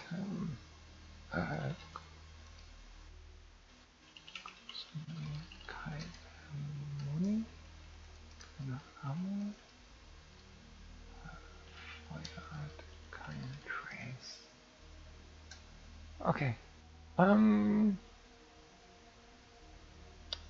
It's alive. Yes, it's alive. Yeah. This time. Okay. The weather is fog. This is good. Yeah, you have set it to very high. This is good. Okay, let me check quick the settings. You lose your inventory. If you not succeed in time, you would lose your inventory. I have to mention this to the players. Other than that, 4 players are allowed. 60 seconds, the portal is open and cooldown. Okay, 3 minutes. 3 minutes? Oh. You don't get much loot here? I mean, this personal container epic weapons, it's quite powerful. I don't think 3 minutes is healthy, because you will get people who just abuse it. You know, they go into the mission, grab the weapons, and lock out. They lock out, lock in, or outside of the mission, and you gifted them epic weapons for free. So, for an angel,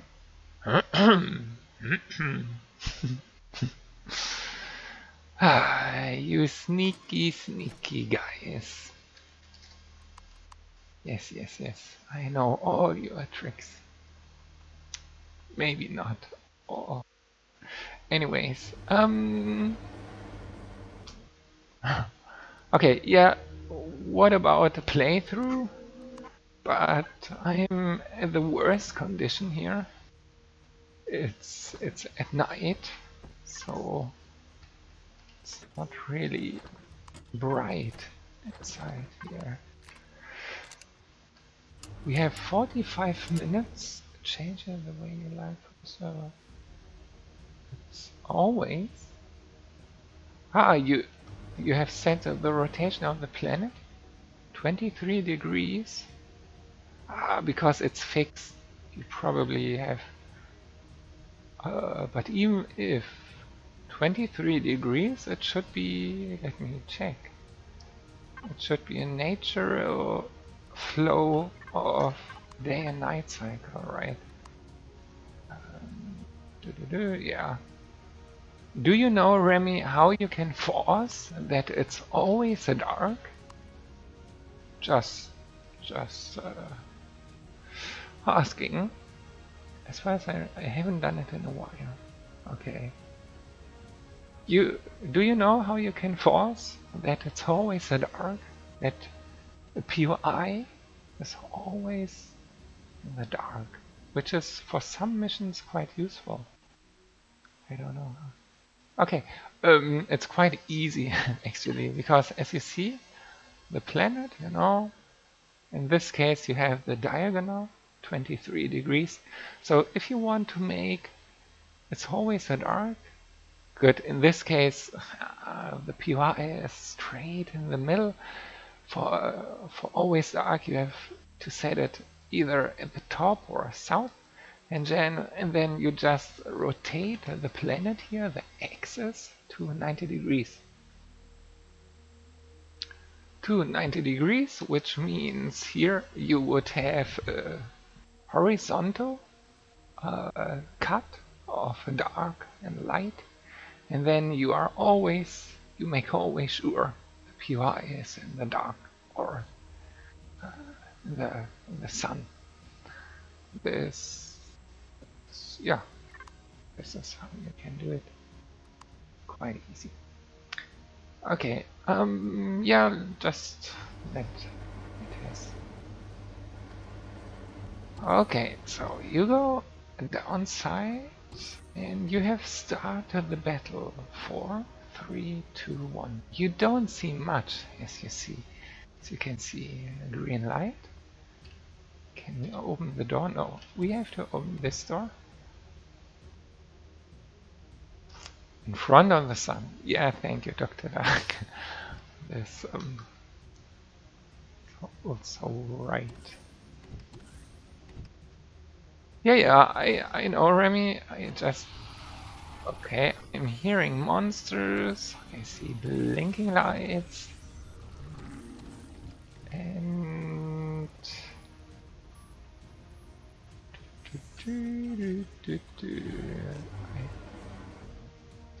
oh yeah, it's sneaky that behind me monsters are coming. Why not?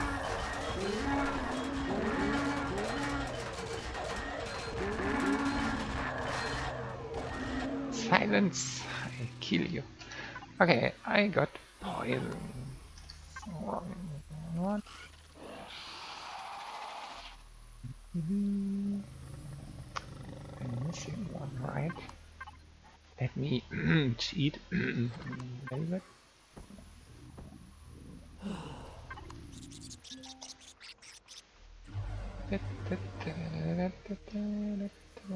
Oh. What's up, buddy?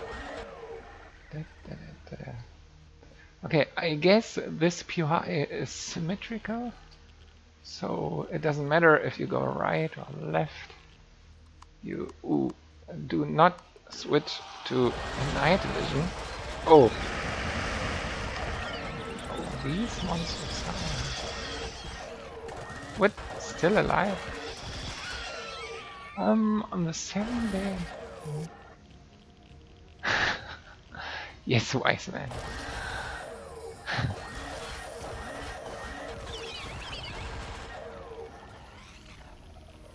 Need to reload ASAP.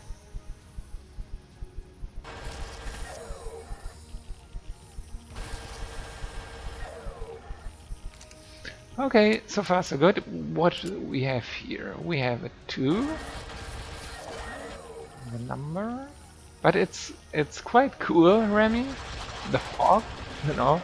I mean, unfortunately, It does not make sense that you have fog in a building, but let's call it feature for now. So yeah, it's kind of spooky. You don't see much. Can access. Oh, you distracted me again. You see, you see. Do not read. I'm playing. What? Abrahamic religion splinter groups. Okay. Let me use some shortcut here. I don't want to spoil too much, and I want to spin here. I have to do it as regular player one day. Okay, 1, 2, 3, 4. Okay, I see. I see the intention here.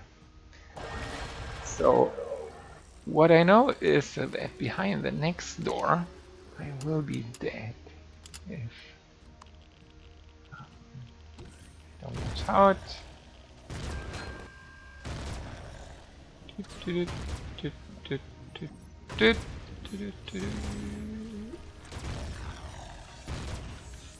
So, oh, this guy too.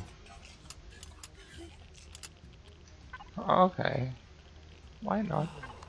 Woo! Okay, don't kill you. Okay, I skip it.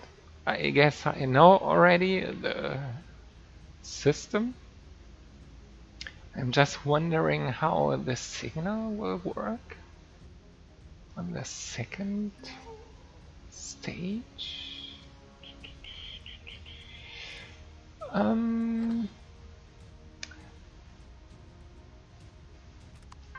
Oh, all right. I'm running around with a light armor.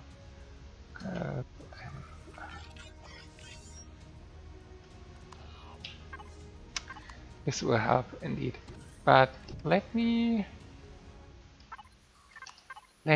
just check the conditions of the mission first. So this, okay, I see. So this one can be killed. And this one too, I guess. Okay, this is based on the level. Okay, the turrets. This guy is quite tanky. Oh. And this should be killable too. And you go up. You go up. Oh, quite hidden, but okay. All right. Yes. So the next door should be activatable. Yeah, you see a green light now. The question now is okay. Question answered. Okay. I see. Okay, that's good. Cool. And then you go again, but okay. Oh, is this mapped to the level? Let me check quick. Go.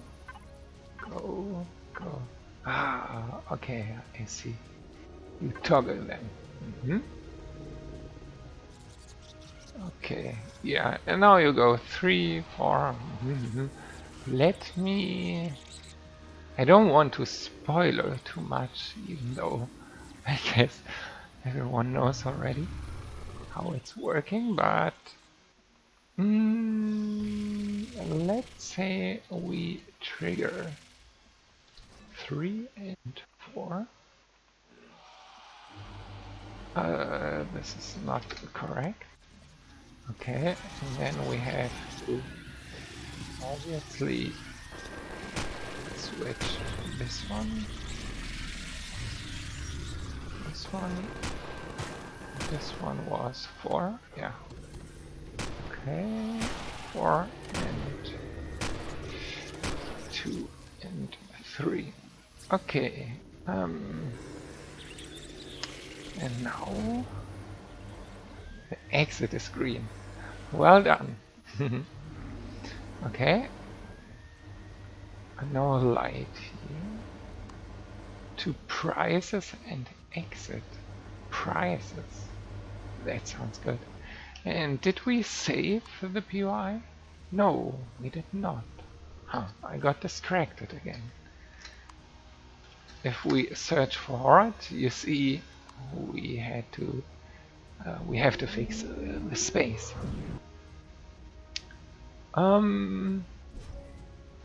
Alright, so now we are in the sky, and what do we get? We get loot.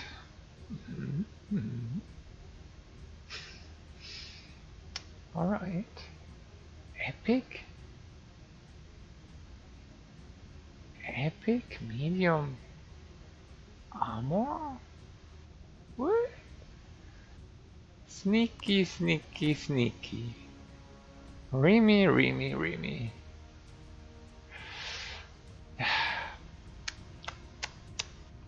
You shouldn't use items which are not announced yet. Yes, I know, I know. There are epic light, epic medium, epic heavy, and also other epic stuff.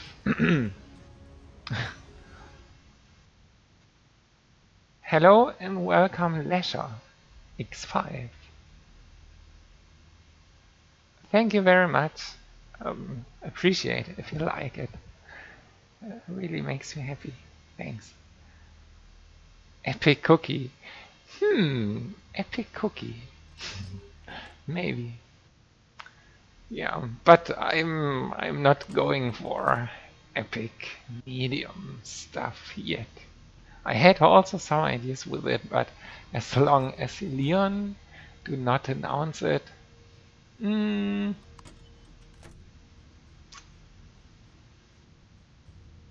yeah, it's cool. All right, click your heels to get back home here. I think this is a common sentence. I don't understand, but is the epic cookie free? Glutenfrei ist es bestimmt nicht.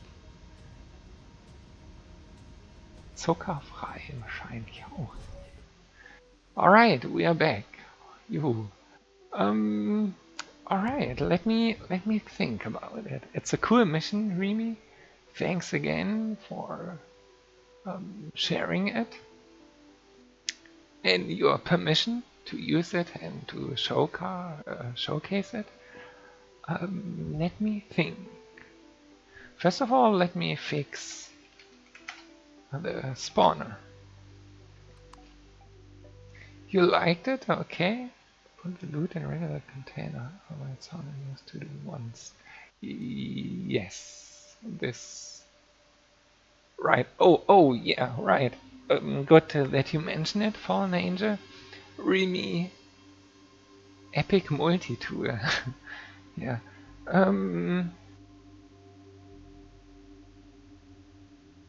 Remy, do you know the combination between personal container and instances? I don't know. I mean, I can only tell you what the developers told me, and that is to not use personal container for instances. Welcome back, Chaotic. Welcome back. Include a toxic waste debug rocket. Diamonds. Okay. Put epic in personal.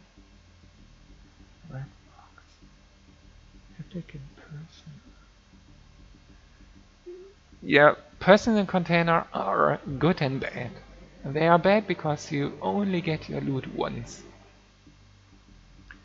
How can you farm epics? You really have to You really force me to rethink missions, Fallen Angel. Need more commodities. Yes. And the reward. What? Yeah, Remy. The developers told me to never or to not use personal container in instances. This should not be done. Unfortunately, there are some missions which would be cool to do it, but yeah, why? Because explanation every time. Let me check on HWS quick.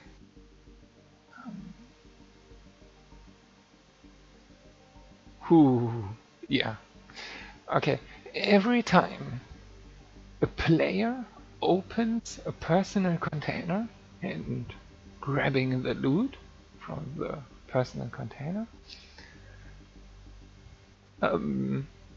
data is written to the player file, you know? So you can imagine you open a personal container, let's say 1 byte is reserved for this personal container. And then you open again, personal container. So you're adding up, you're making the file size of the player bigger and bigger. That means if you have personal containers in instances, the file size of players will get bigger and bigger. And on HWS, for example, we have let me show you here. Can you see it? Yeah. For example, the most popular mission on HWS Europe is the ninja mission, obviously. 282 times was the ninja mission played already.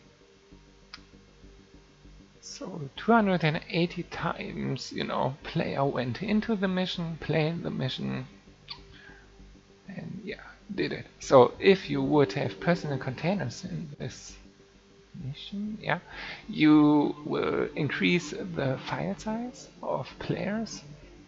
And if the file size of players is too big, you get issues in loading and syncing in general. I mean, it's not that much.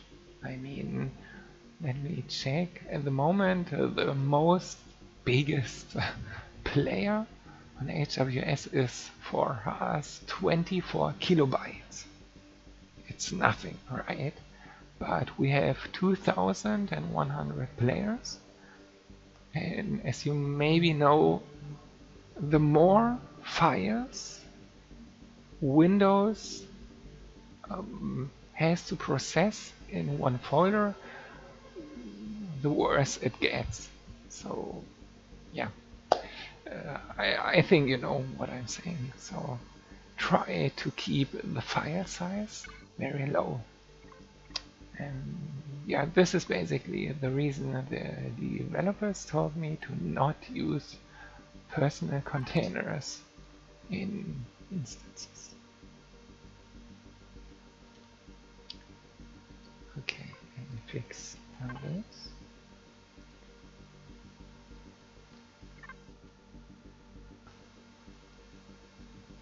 Okay, let me pick two.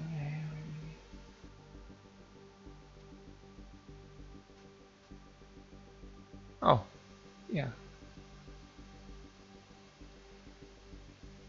Okay, Fallen Angel, you're focused on Alien Asylum. I can't remember. Did you answer me? Is it possible to do the Alien Asylum mission solo at the moment? Just wondering.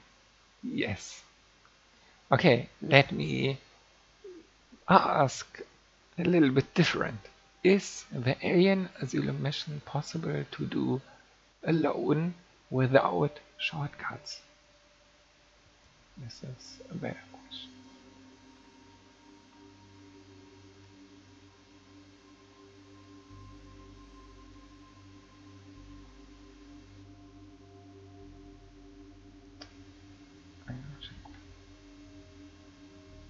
So, oh, it's rating a party of 21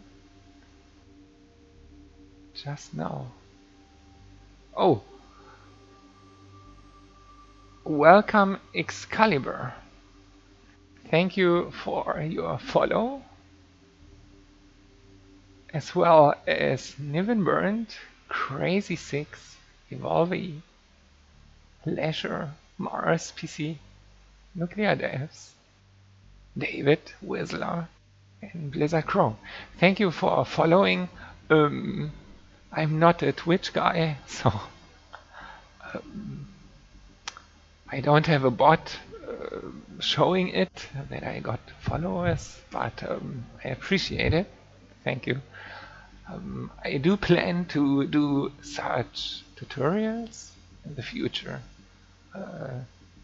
Couple of parts of tutorials. So yeah, once again, hello and welcome Excalibur. So it is possible to do the alien asylum mission solo without shortcuts. I don't see any reason why, but I'm skipping the first part. Okay. Ignore the loot. Okay. I'm gonna make a garage this season. Who? You gonna make a garage ship in this season? Me? No. I don't really like. Okay, okay. The biggest issue is, as some people told, the PDA is not activating again, right? You're not checking. Hiya Vin! Hiya Vin, bro! You're checking the score. Welcome, Hiya Vin, mate. Hello.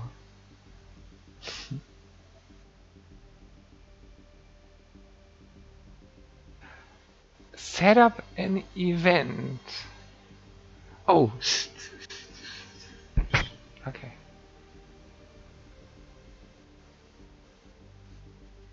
Yeah, the issue is the PDA is bugged. The PDA giving reward over the PDA is, at the moment, it seems a little bit bugged. People go to Alien Asylum mission once and it's working, but as you can see in the forum, some tickets, sooner or later it's not working anymore. So they go in and I don't know why yet. But we will come to PDA in a second. I need to do a tutorial on what exactly? On garage ships? On events? Do you mean server events, Remy? Like the deathmatch? Or even building a garage ship? Okay, sorry, too much. The real question is it possible to do a pacifist run of the Alien Asylum like Sir Knumskull did, Wise Man? I don't think a speed run is possible. I think you get killed. Because I have configured that the NPCs are opening the doors. So, pacifists run without shooting is tricky. Anyways, yeah, thanks for watching, Wise Man, and see you soon. Good night. Garage events. Okay, I'm speedrunning it, but you need to wipe out major threads. Yes. Okay. So, we have successfully implemented the mission. What I will do without streaming, obviously, is to change it a bit, because I, I spoiled too much. I have to change the loot distribution, distribution. Sorry. Um, yeah, so it's a little surprise for you. Okay, so what I can do now, quick, I don't know, Excalibur is quite good at it too, I think, in creating ships. I saw a couple of very cool ships he made, but it's not on my list, but I can show you quick some basics. I mean, Dr. Dark showed it too in the forum, but yeah, for the reference, and maybe if I if I upload it to YouTube as reference, maybe it's useful. So how do you do the garage ship, right? Or let me show you the garage ship first. I don't know, maybe this one. It's quite popular. Okay, a garage ship. What is a garage ship? I think, correct me if I'm wrong, but I think I invented it. Maybe. I don't know who was first. Um, but I liked the idea to have unique modified ships. And you can modify ships with putting CV components to other types. As you can see here, we have a CV thruster or a CV RCS on an SV, which is normally not possible, of course. But you can do it. And this is, yeah, this is generating content for the game. Imagine you have a mission in single player Empyrean, and the goal is to get such a ship. How cool would this be? And this is the reason why I'm. Well, let me show you. I showed a couple of guys already. But this is what I'm also doing in the meantime. I don't know if some of you remember the Dawn of a Galaxy scenario I did 2 years ago. And because I don't have time to update it, yeah, got lost. And I'm currently working on yeah, part 2, continuing the story, but this time with co-op in mind, a little bit multiplayer, and with kind of more missions. It's very time consuming, but I really give Ilion a good single player scenario, kind of a campaign, I hope. So in there I want to add garage ships as well. So I think player would be quite hyped about it. I mean, yes, they can't blueprint it. I mean, they can blueprint it, but they can't spawn it. But I think this is a quite good incentive, right? So, and especially for multiplayer, it's always said what is the end game, what is credits gold used for. So on HWS, for example, you can spend a lot of credits for such ships, 11 million credits in this case. Oh, hello Grim. Hello and welcome, Grim. Let me catch up with the chat. Oh, I think I have a solution for instant loot to connect. Well, connect master, Hayavin. Let me check it later what your idea is. Yes. Oh, good idea. Yeah, I will answer soon. Mhm. Okay. Okay, so basics. How can you do a garage shift, right? Let's say you have a CV thruster. It's just very quick example now. You have a big fat thruster, right? And you want this thruster on an SV. What do you do? First of all, you have to be in creative mode.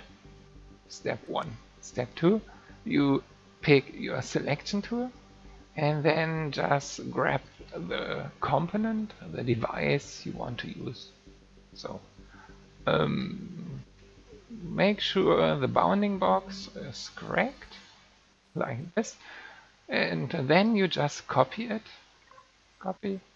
and then you go to the structure you want, yeah, SV in this case, you want to have it, and then you just paste it. And then you can move it, and then you have a big fat CV thruster on SV. Paste. Done. That's it. Yeah, wait, Hayavin, you're too fast. You're too fast. It's a difference. Changing the structure type is of course cool, but for that you need a finished ship, right? So what what Hayavin is saying? Let's say this is the second step I wanted to show. He is too fast. Way too fast. Okay, so if you have single components, right, you can just copy and paste it from structure to structure. But if you have, for example, a cool workshop ship or structure, whatever, a base, wow, you know, whatever. And then you just think, oh, it would be cool if it would be small, you know, if it would be an SV. What you can do now is, if you have this CV here, you know, 2 exclamation marks, what you can do is you can go to HWS Connect. I'm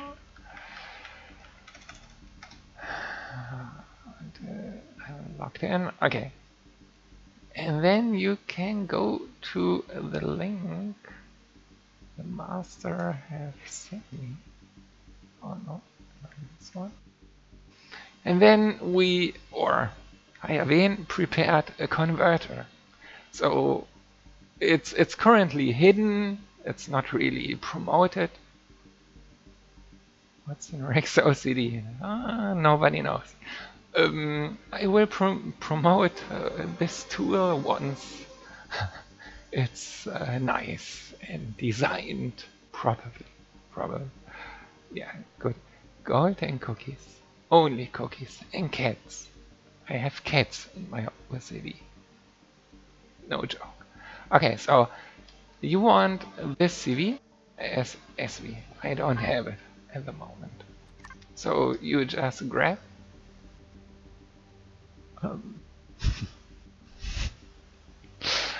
you grab your CV, 2 exclamation marks, open, and then you tell here or choose here to what you want to convert it. In my case, I want this CV as SV. Easy. You click on convert and then you save it. Actually, it's working without a relock. So let me make a backup quick. Okay, and then you just can override it here, and then you tap back in the game. And previously it was a CV, and now it's smaller. It's a little bit crazy, but you can see it's now an SV. And this is just by changing few stuff, convert the type to a different type. You have now turrets on an SV, which are not working. You have crazy hunger doors, you know. Basically you... Let me see, can I stand here? No, I'm stuck inside of this beautiful shit. I can walk here, yeah. You have a garden, you know, you just converted a big structure type to a small one. And this is, well, you can't use this door anymore, so you have to watch out how you convert stuff. So probably you have to adjust a little bit. Elevators not gonna happen. Yeah, but these two methods are available to convert structures or to make garages. You know, let me. Okay, copy paste is mostly, yeah. If you make a ship, copy paste is the way to go. If you have a ship ready, but you, for example, if you want to switch the blocks to xenoblocks, you can't use copy paste in combination with the replace block command. This does not work. So then you just convert the types. As I said, copy paste is 90% working, but if you work with replace blocks with this command, you have to convert. And then you really have to convert the way I showed you, because there is also an old method available where you copy paste your files around. This is not good because you will lose all signals. But if you check the converter, you see you will keep your signals. So this is the preferred way to go. Good way for the ship to back out, copy paste, yeah. Yeah, normally it, I mean, if you really have to make sure your bounding box is probably set, you know. Yeah, but copy paste, if you think about it, it's quite powerful, you know, because Leon, and they don't even know it, luckily, maybe, but copy paste can do a couple of things. So I guess you wondered already how this is possible, but obviously with the same method, you know, the freighters, the mission freighters you can play. You have here gold. In this case, because I'm on a planet, it's a little bit complicated to explain, but in this case I have the texture of the planet. But if you are in space, you get the texture which you defined. But in this case, because I'm on ECC and the terrain is indestructible, I can't drill as well. So I have to go into the orbit and then I can drill, as you know, the freighter mission. So this is done the same way. You just copy paste terrain and yeah, can make this way very cool POIs actually. You can, you know, copy gold deposits and just make terrain structures or caves or castles, you know. And then you have terrain blocks, so to speak. It's limited, of course. You don't have the cool shapes, you know. Can't do such terrain stuff. But it's quite cool. How do you copy terrain? Um, yes, you can also upload it.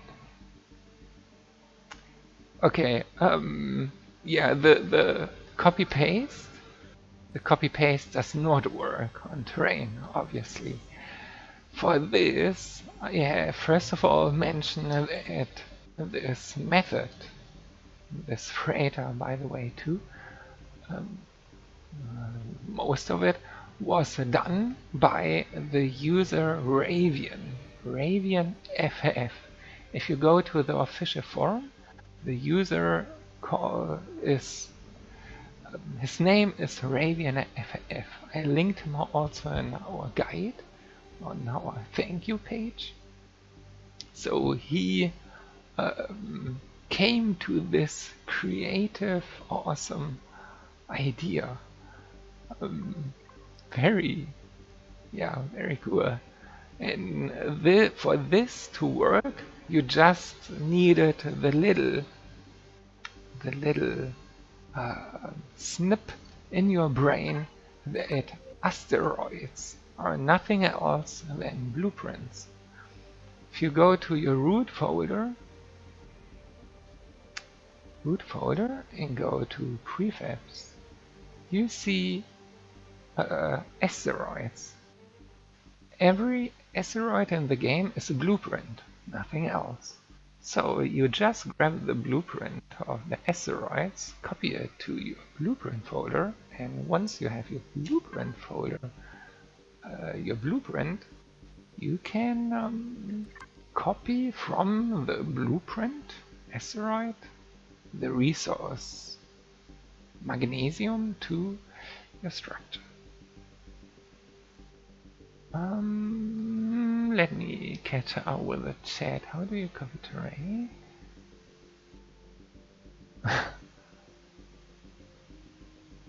Yeah, you can find out. Yes, you can add anything. I mean, let me think. Yeah. Did someone of you not seen this yet in the universe? Maybe I have put it too. I have put this out in the universe, mainly in PvP for now. Time was missing. I also wanted to implement them to PvE, but time was missing. I know where it's at. Okay, perfect, chaotic. Almost a cookie worth, but yeah, I have placed them in the universe, so it's it's a little bit hacked, you know. It's an asteroid. It's you can't see it, but in space, this is a combination of gold, cesium, and sescosium. So you can combine different resources into one blueprint or one asteroid, so you can have a monster, big, awesome, fancy asteroid with all 12 resources in it. It's very cool. It's time consuming, but cool. Um,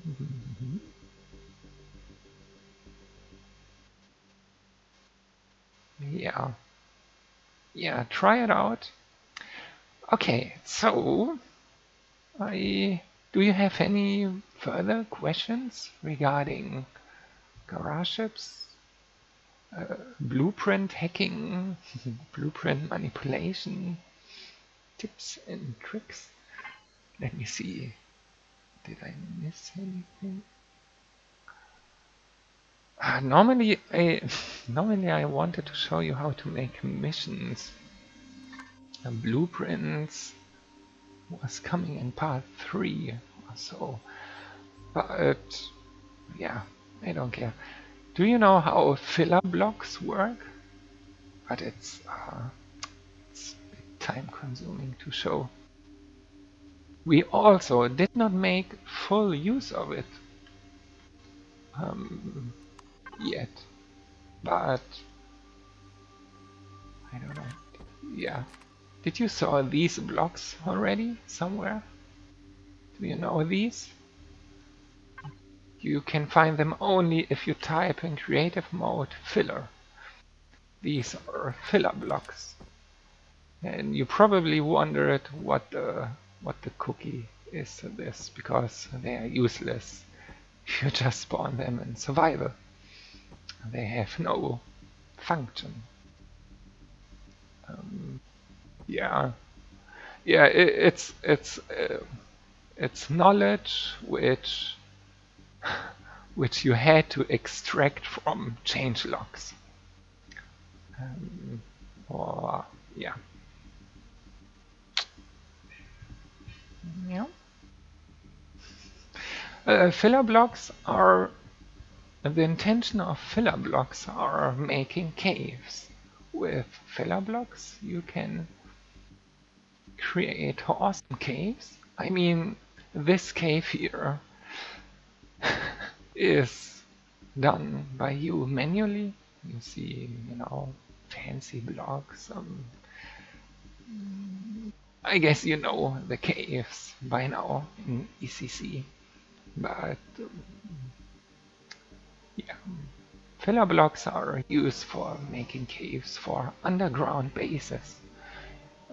It's quite cool, but they only work in combination with creative mode and spawning them with a playfield YAML. But once you figure it out, and I can show you maybe in part 2 or part 3, because it's quite time consuming, especially the testing. Yeah, it's quite of missing, you know. Not many caves are provided by Ilion nor made in general, because it's quite a new feature. So if you can make caves, it would be cool if we can use them, make missions with them, because it's a different atmosphere, right? Yeah. Okay, so yeah, in the next episode maybe. The last thing, because I can't stream too much, it's already a little bit late.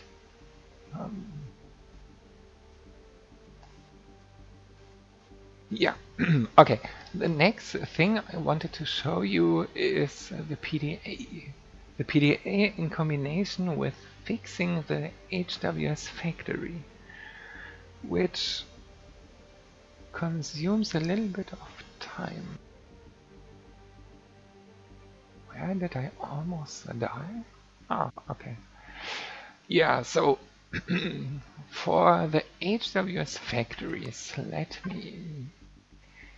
It's not really fixing, but reworking. Reworking a bit.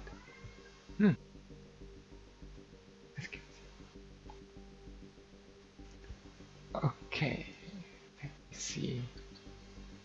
Let me start by the Golden Globe factories, because at the beginning of the season I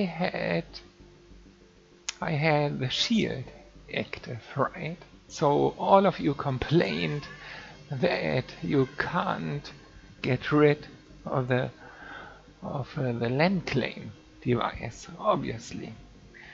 What you didn't know, or the mission did not tell you, you just had to destroy the shield generator. I guess nobody of you recognized it, but it's the damage. You just had to destroy the shield generator, and then the mission would have worked as they do now. Anyways, we are fixing it now. At least I have a fix or rework in mind. By the way, you see here thrusters on a base. Copy paste. Okay. 1 second. Nobody wants to fight stuff when they go to Golden Globe for mining. Okay, how many contradictions are in this sentence? Of course. Golden Globe is free farming. Free gold for everyone, right? Okay, so the rework. I fucked up.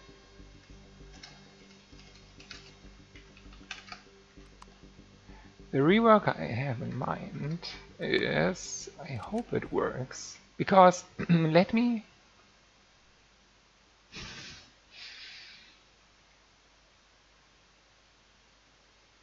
no luck on Golden Globe. Yeah, I think the most important thing for Golden Globe is that you have the right ship. I made a mistake and went with the prefab ship to Golden Globe. It's not good. Yeah. Okay, so the issue with the HWS factories are following. You have the PDA and you have, let me show you, factories. Oh, I should rename those. Oh wait, Golden Globe, yeah. Let me begin with factories, with Polaris. So the issue. Okay, I have to fix the issue of the HWS factory is that in multiplayer, and only in multiplayer, in single player it works. In multiplayer the issue is that you can't delegate signals over the PDA. This is the reason you are currently abusing the mission and farm gold for free. And yeah, because if it would work, you can't trick as you do now with toggle chapter and stuff. It would be a necessary feature to destroy the land claim device with the explosive blocks, which are, as you can see, connected to a PDA signal. The PDA signal can be recognized by the asterisk, the star here.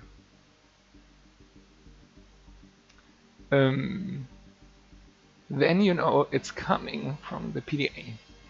But because it does not work, it's, yeah, can be tricked. Okay, so, and what I had in mind as a fix is to change the explosive blocks to doors. So the doors are locked and the doors will only open if you follow the chapter. Only then you get rid of the land claim device, obviously, which is fair, you know, which intentional. The issue, let me think quick, is it's the same system, right? I delegate the signal to the door, and in multiplayer it does not.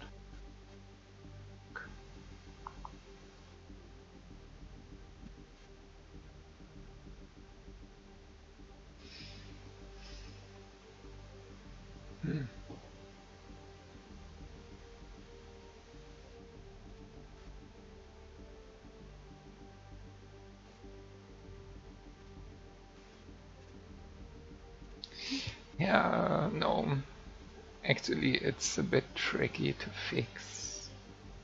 The reason, obviously, why you are doing the trick right now is because you don't want to lose 20k reputation points for Xerox or Polaris, right? Of course. Maybe it's too much, as I said, I have to rework it, to rebalance it, but the mission should be played and not circumvented. That is that. Still using. Oh yeah, Remy. I will I will show you the PDA tool soon.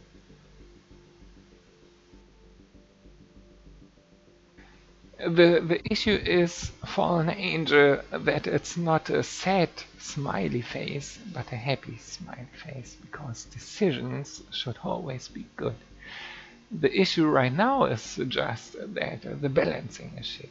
So neither the reward is profitable. Like, what do I give you? I give you 100 T2 generators and stuff.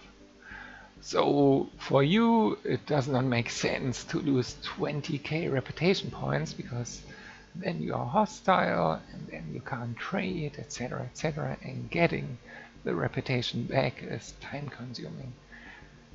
In a perfect scenario, the decision would be 1-to-1. The relationship would be perfect. Either you get ton of loot, which is awesome, or you lose reputation points.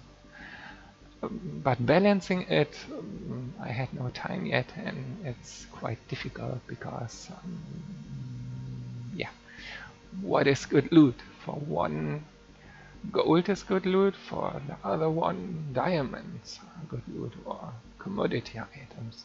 It depends. It's tricky. But the factories are currently not used, probably. Especially, they do not deserve the current balancing because they look quite cool. Yeah, time consuming. But if you have a good, I don't know, spreadsheet or a suggestion, what loot would justify 20k reputation loss? If you calculate it in time, in efforts, then it would help.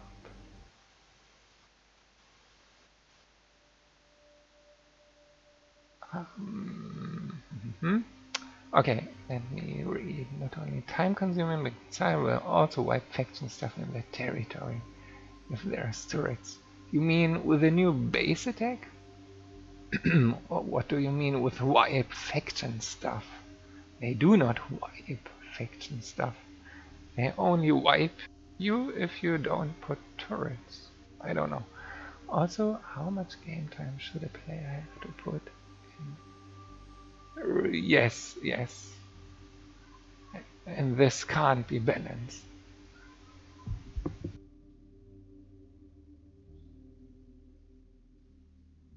Crazy cat.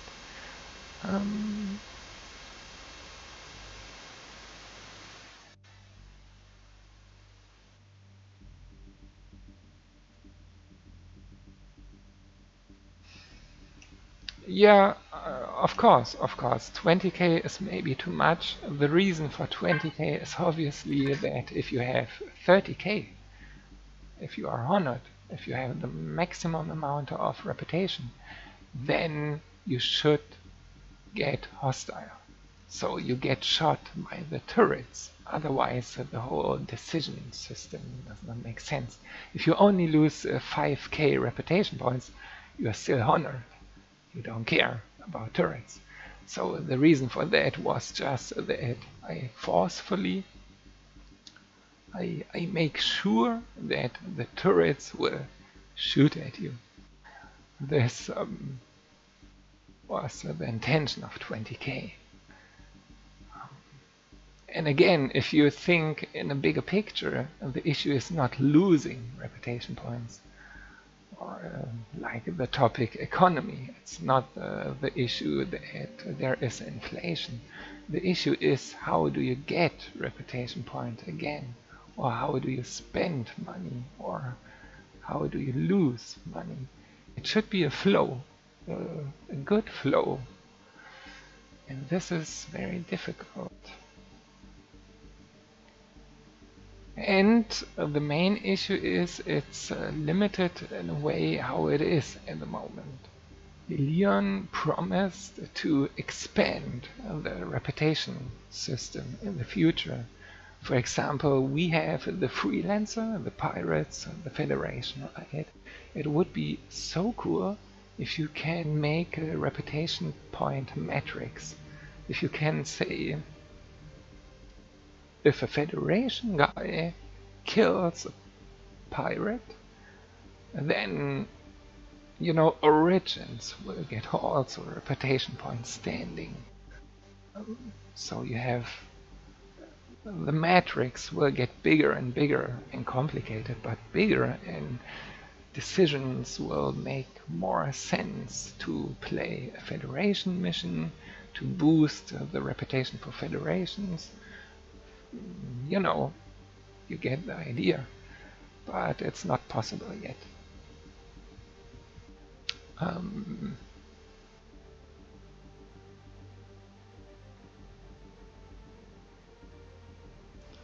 Well,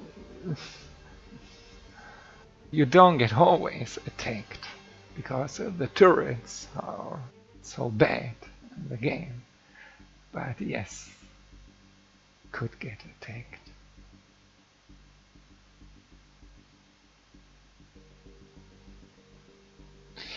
Yes, it is difficult to balance, especially if you have noobs or veterans. The time investment is never justified.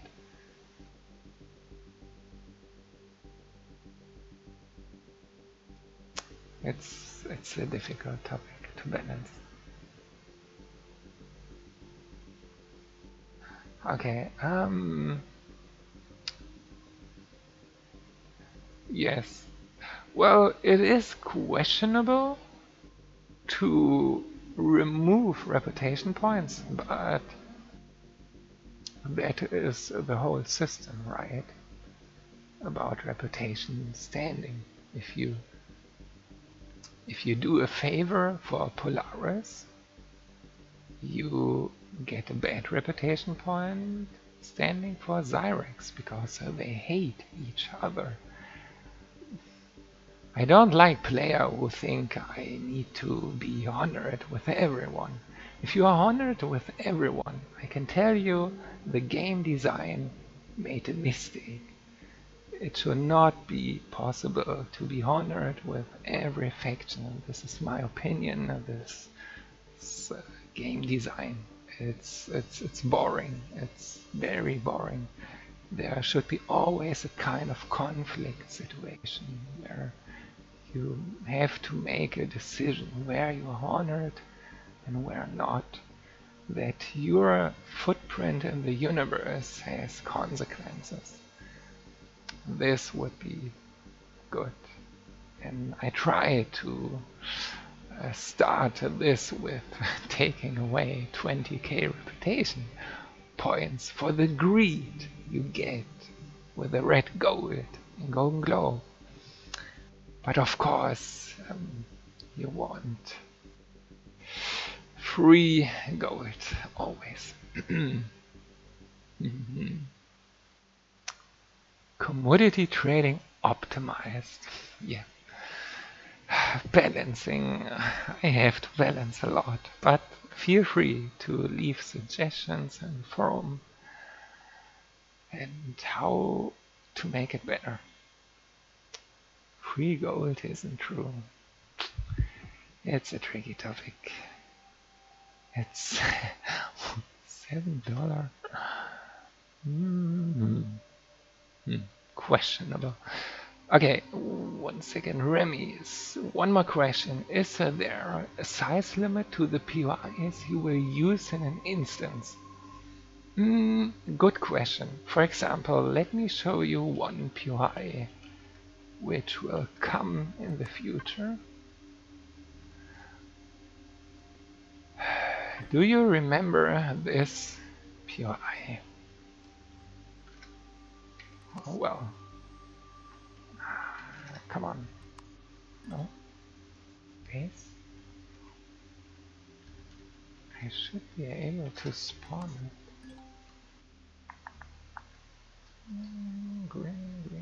Green. Okay. Oh, Dr. Dark, you're fast. Well, you have read the name, but do you recognize also the arena? Do you recognize this spawn point? Do you recognize this door? Do you recognize this hole? This? And this? Obviously, right? Counter-Strike. The spawn point for terrorists. The long A run. Yep. This is. You don't remember that POI? Yeah, it's made by.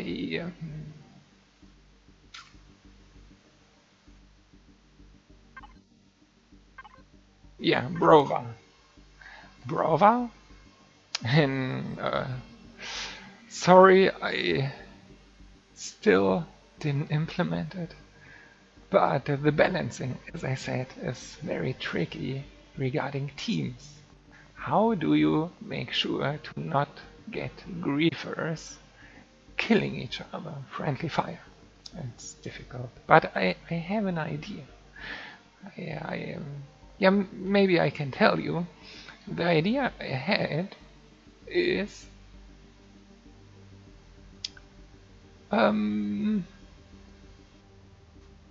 to have 2 teams, and yeah, well, griefer is an issue, but okay, something's broken.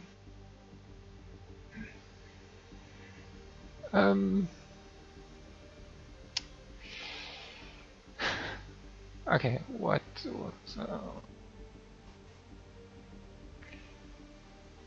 yeah, you can't imitate Counter-Strike here, right? You can't just duplicate Counter-Strike in Empyrean. You don't have a bomb, you don't have a refuse kit. You can't really. But what I thought, this next automated mission will be similar like Eton and Deathmatch events regularly. Is you spawn in a tiny structure here. I do have prepared it. No, not yet. I guess. Oh, not yet. Okay, you spawn in a tiny structure, and in the tiny structure you have a trader. And the trader is similar to Counter-Strike, the B menu, right? So I give you at the very beginning 500 money cards. And in the tiny starter structure, you get a trader which sells you a Desert Eagle, for example, for 300 money cards. And then a little bit ammunition, etc. Similar like Counter-Strike, you know. So you buy, basically like Counter-Strike, equipment. So you buy a pistol round, right? A pistol round, and then after a certain amount of time, I can say the little tiny structure in the beginning will be removed. And then you go, and the idea is to don't have bomb positions like in Counter-Strike, but similar like the tower jump event. Some of you know. You have a zone you have to conquer. And if you conquer the zone long enough, then you are the winner. So at bomb place B, you have the winning zone, and at bomb place A, you have a trader. So the idea was to have a decision. Either you go or conquest or protect the trader to buy better weapon, assault rifle, or you protect the bomb place B to be the winner. But you can't be a winner if you have only pistols, right? So it's a kind of a decision. And I don't know, 5 minutes or so, you will have rotations back and forth. If it's working, if it's working. The only issue what I have to take care of is to don't motivate campers, which are funny, cheesy campers, but if you can buy here assault rifles and you will die and you have only a pistol, yeah, some headshots will do the trick, but maybe there is a situation where you are stuck. So maybe I will implement some loot boxes here, where you can also get random loot, like assault rifles, similar like the Quake Arena event. I don't know, what do you think? Like Eaton, Bombsite, Core? No? Yeah, you can't really simulate the bomb situation. I thought about it. It could work if you have cores and you have to destroy the core, imitating the bomb scenario, right? But the issue is you can only check this event with the PDA. And the PDA in multiplayer is a bit tricky. For one guy, the chapter is completed, for the other guy, no. And so this does not really work. The other idea was to have a lever here. You pull, and then you see here also a cooldown. 10, 9, 8, 7. And the other team needs to stop this cooldown, to toggle the lever again. So to stop the cooldown. Which creates also kind of campers and incentive to contest this place. And you have to pull the lever on 2 sides to win. I don't know.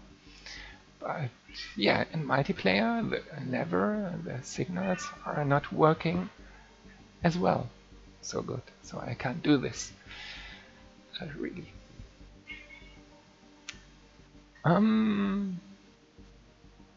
Yes, exactly, Remy. This, if signals would not be so buggy, this could work. I don't know. I will think about it. If you have also some ideas, let me know. But regarding your question, Remy, the file size or the class size of a blueprint in an instant has in general no limits.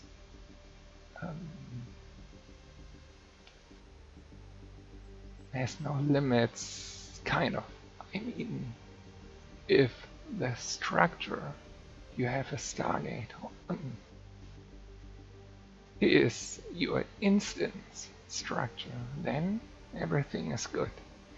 Because dynamic structure loading, DSL, works very good in combination with Stargates.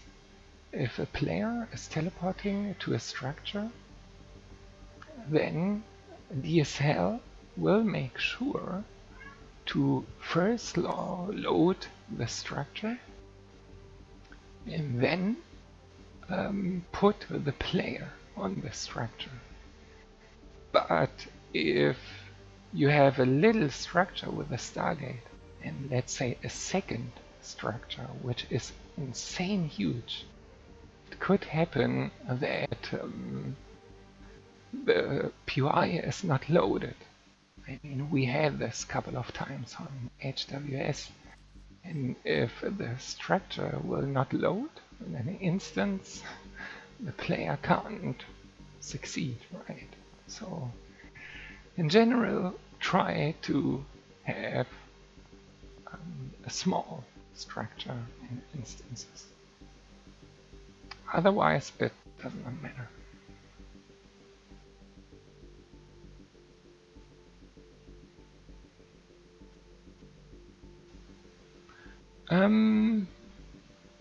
But I sent you a video called Alien Lab. If you will have a look, if you get time. Okay. I don't know right now. I think I stored it somewhere. Oh no, I have it. This one, right?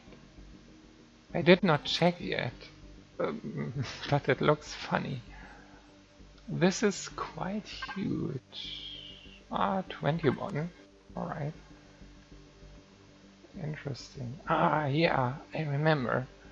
Kind of a labyrinth. It's cool. But I had no time yet to check.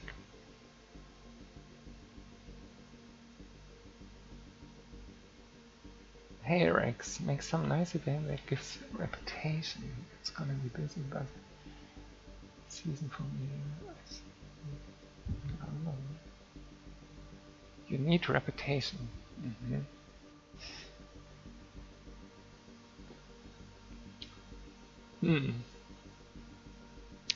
Okay. My cat's birthday is actually soon, yes.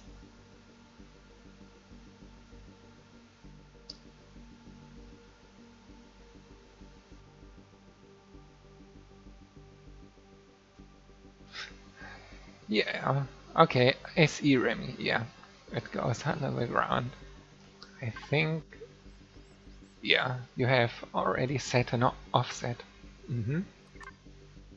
Yeah, maybe I can implement it one day.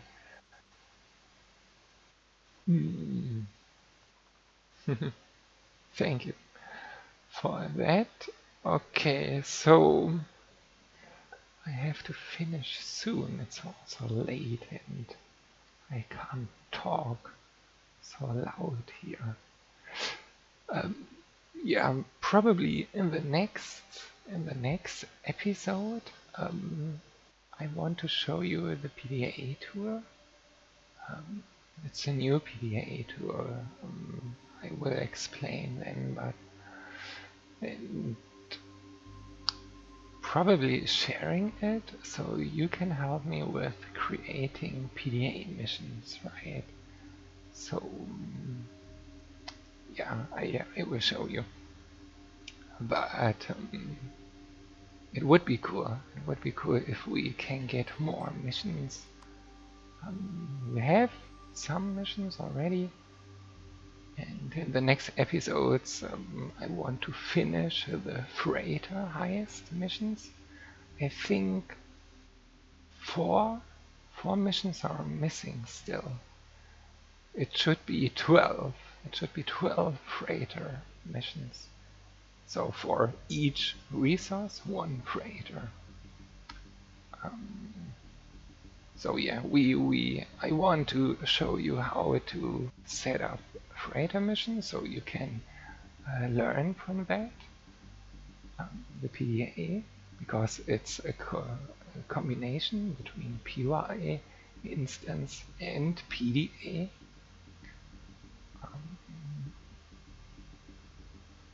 Yes. Okay. Alright, yeah. Take care, Remy. I will also finish soon. Yeah, thanks for watching and take care. Yeah, alright. Do you have questions maybe, or do you have topics which you are interested in?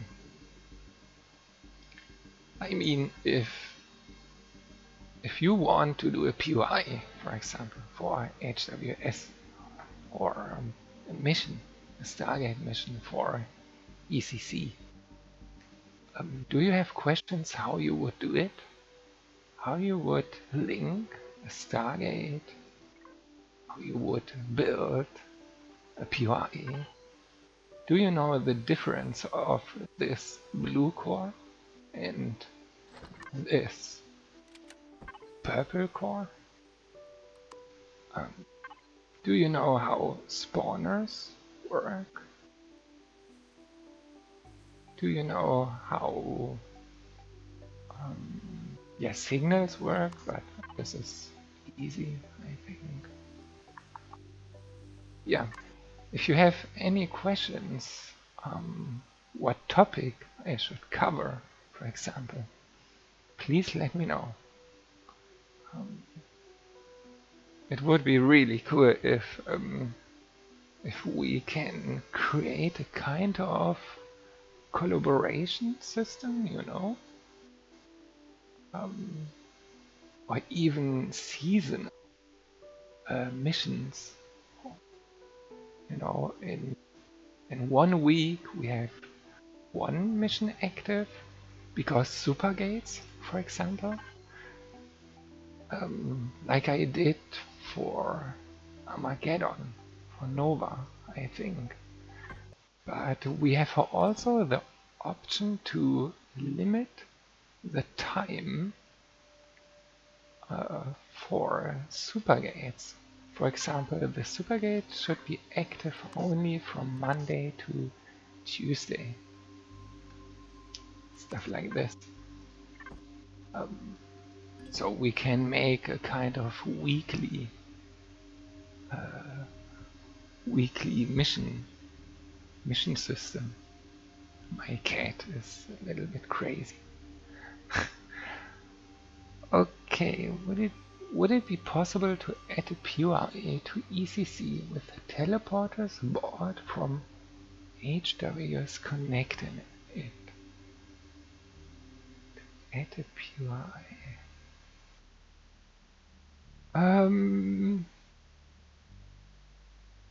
You mean you buy Stargates and then you have a base on Atlantis and link the Stargate to a POI on ECC somewhere?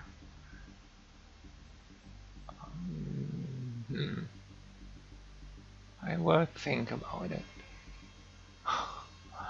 I know you guys are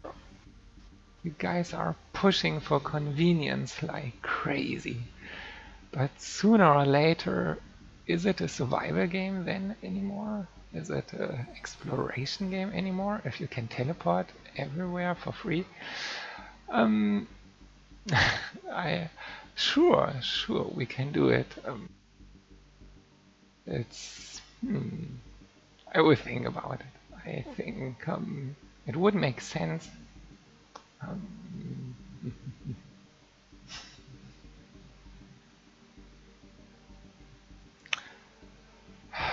It depends, Dr. Dark, it depends. If you fly 5 minutes through PvP, it is survival for sure if you get caught. But yes, if you fly in PvE 5 minutes, it's maybe boring. Maybe.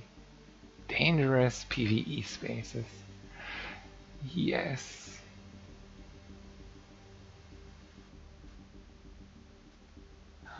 I mean, the biggest issue, right, in the game is that space is boring as cookie. You have no threats. It's nothing. The biggest threat is maybe the temperature and radiation. Wow. It is possible to configure freighters. you know, NPC CVs who are traveling a path along and yeah, shooting at you with an awesome, intelligent logic. The turrets and the AI system have. This is possible, but they are buggy. Planet vessels and freighters are buggy. This is the reason why I banned them from HWS. There are no freighters, space and planet vessels, which is sad. They give a little bit of immersion. And imagine you have NPC freighters, hostile carriers, who circling around ECC all the time, you know, patrolling. And depending on your reputation standing, they shoot or do not shoot. Or always shoot, I don't know. And you have to capture them, conquer them, destroy them. But yeah. Space in this game is currently not really interesting. We are waiting for our patches. What's buggy about them? Well, first of all, planet vessels. What's buggy about them? In multiplayer, single player, everything is working, of course. But in multiplayer, if you have a planet vessel, planet vessel base, sooner or later, I don't know how to reproduce it yet, but sooner or later the planet vessel transforms into a random POI, completely random. For example, in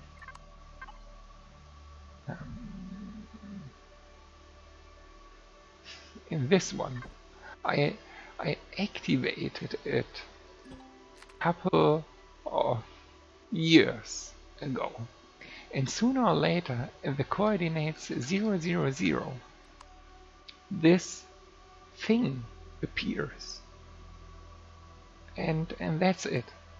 And if you wait even longer, sooner or later hundreds of drones are spawning at 000, like a lot. Totally buggy, you know, and yeah, the experience is just broken at that time.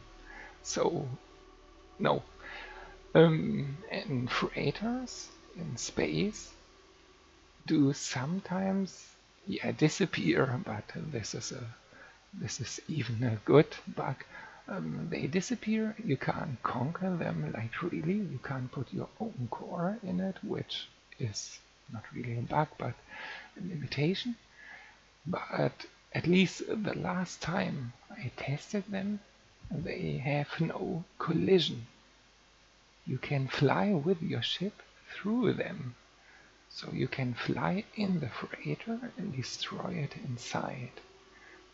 It is broken. It does not make fun. It's exploitable.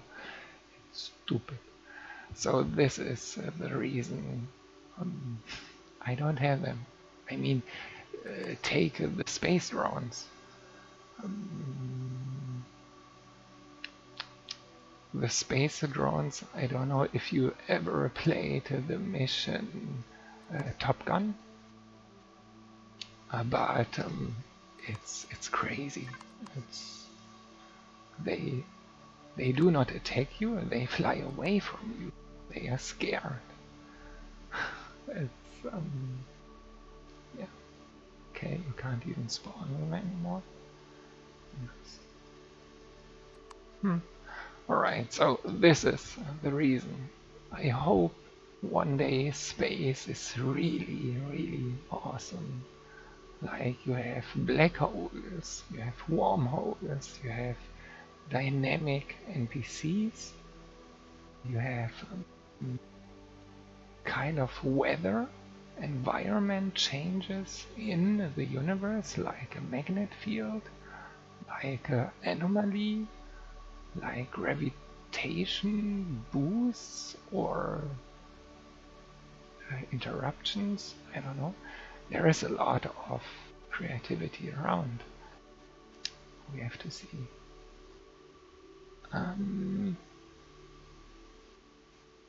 It's a feature. Yeah. Well, we will see. It's on the list and it will come as always. At least I'm pushing it.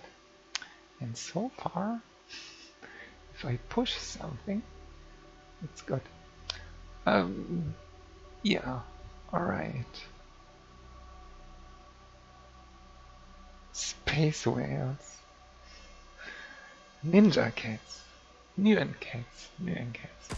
First Nuan cats. Okay, guys. Sorry again for the noob mistake with the mission. Never happen again. And yeah, if you have feedback or suggestions or whatever, please let me know. I hope it was kind of useful. I know you guys doing PvP and stuff and don't care about POIs, but maybe one day, because it's fun. It's fun if you create a POI and thousands of players are playing it, you know, and you optimize it and you balance it over time. It's cool. I hope. Alright. Yeah. What day? Thursday. Tomorrow Friday. Friday is good. Weekend. I don't know when I can stream again. Maybe tomorrow. I don't know yet, but I will let you know. PoE missions. Maybe. Okay. Yeah. I have a lot of POIs and missions on my list, and it's just a little bit tricky because I can't spoiler the POIs too much. If you see the layout, the loot already, you know, it's. But okay, never mind. Thank you for watching, and yeah, have a good night, good evening, good day, and see you next time. Bye.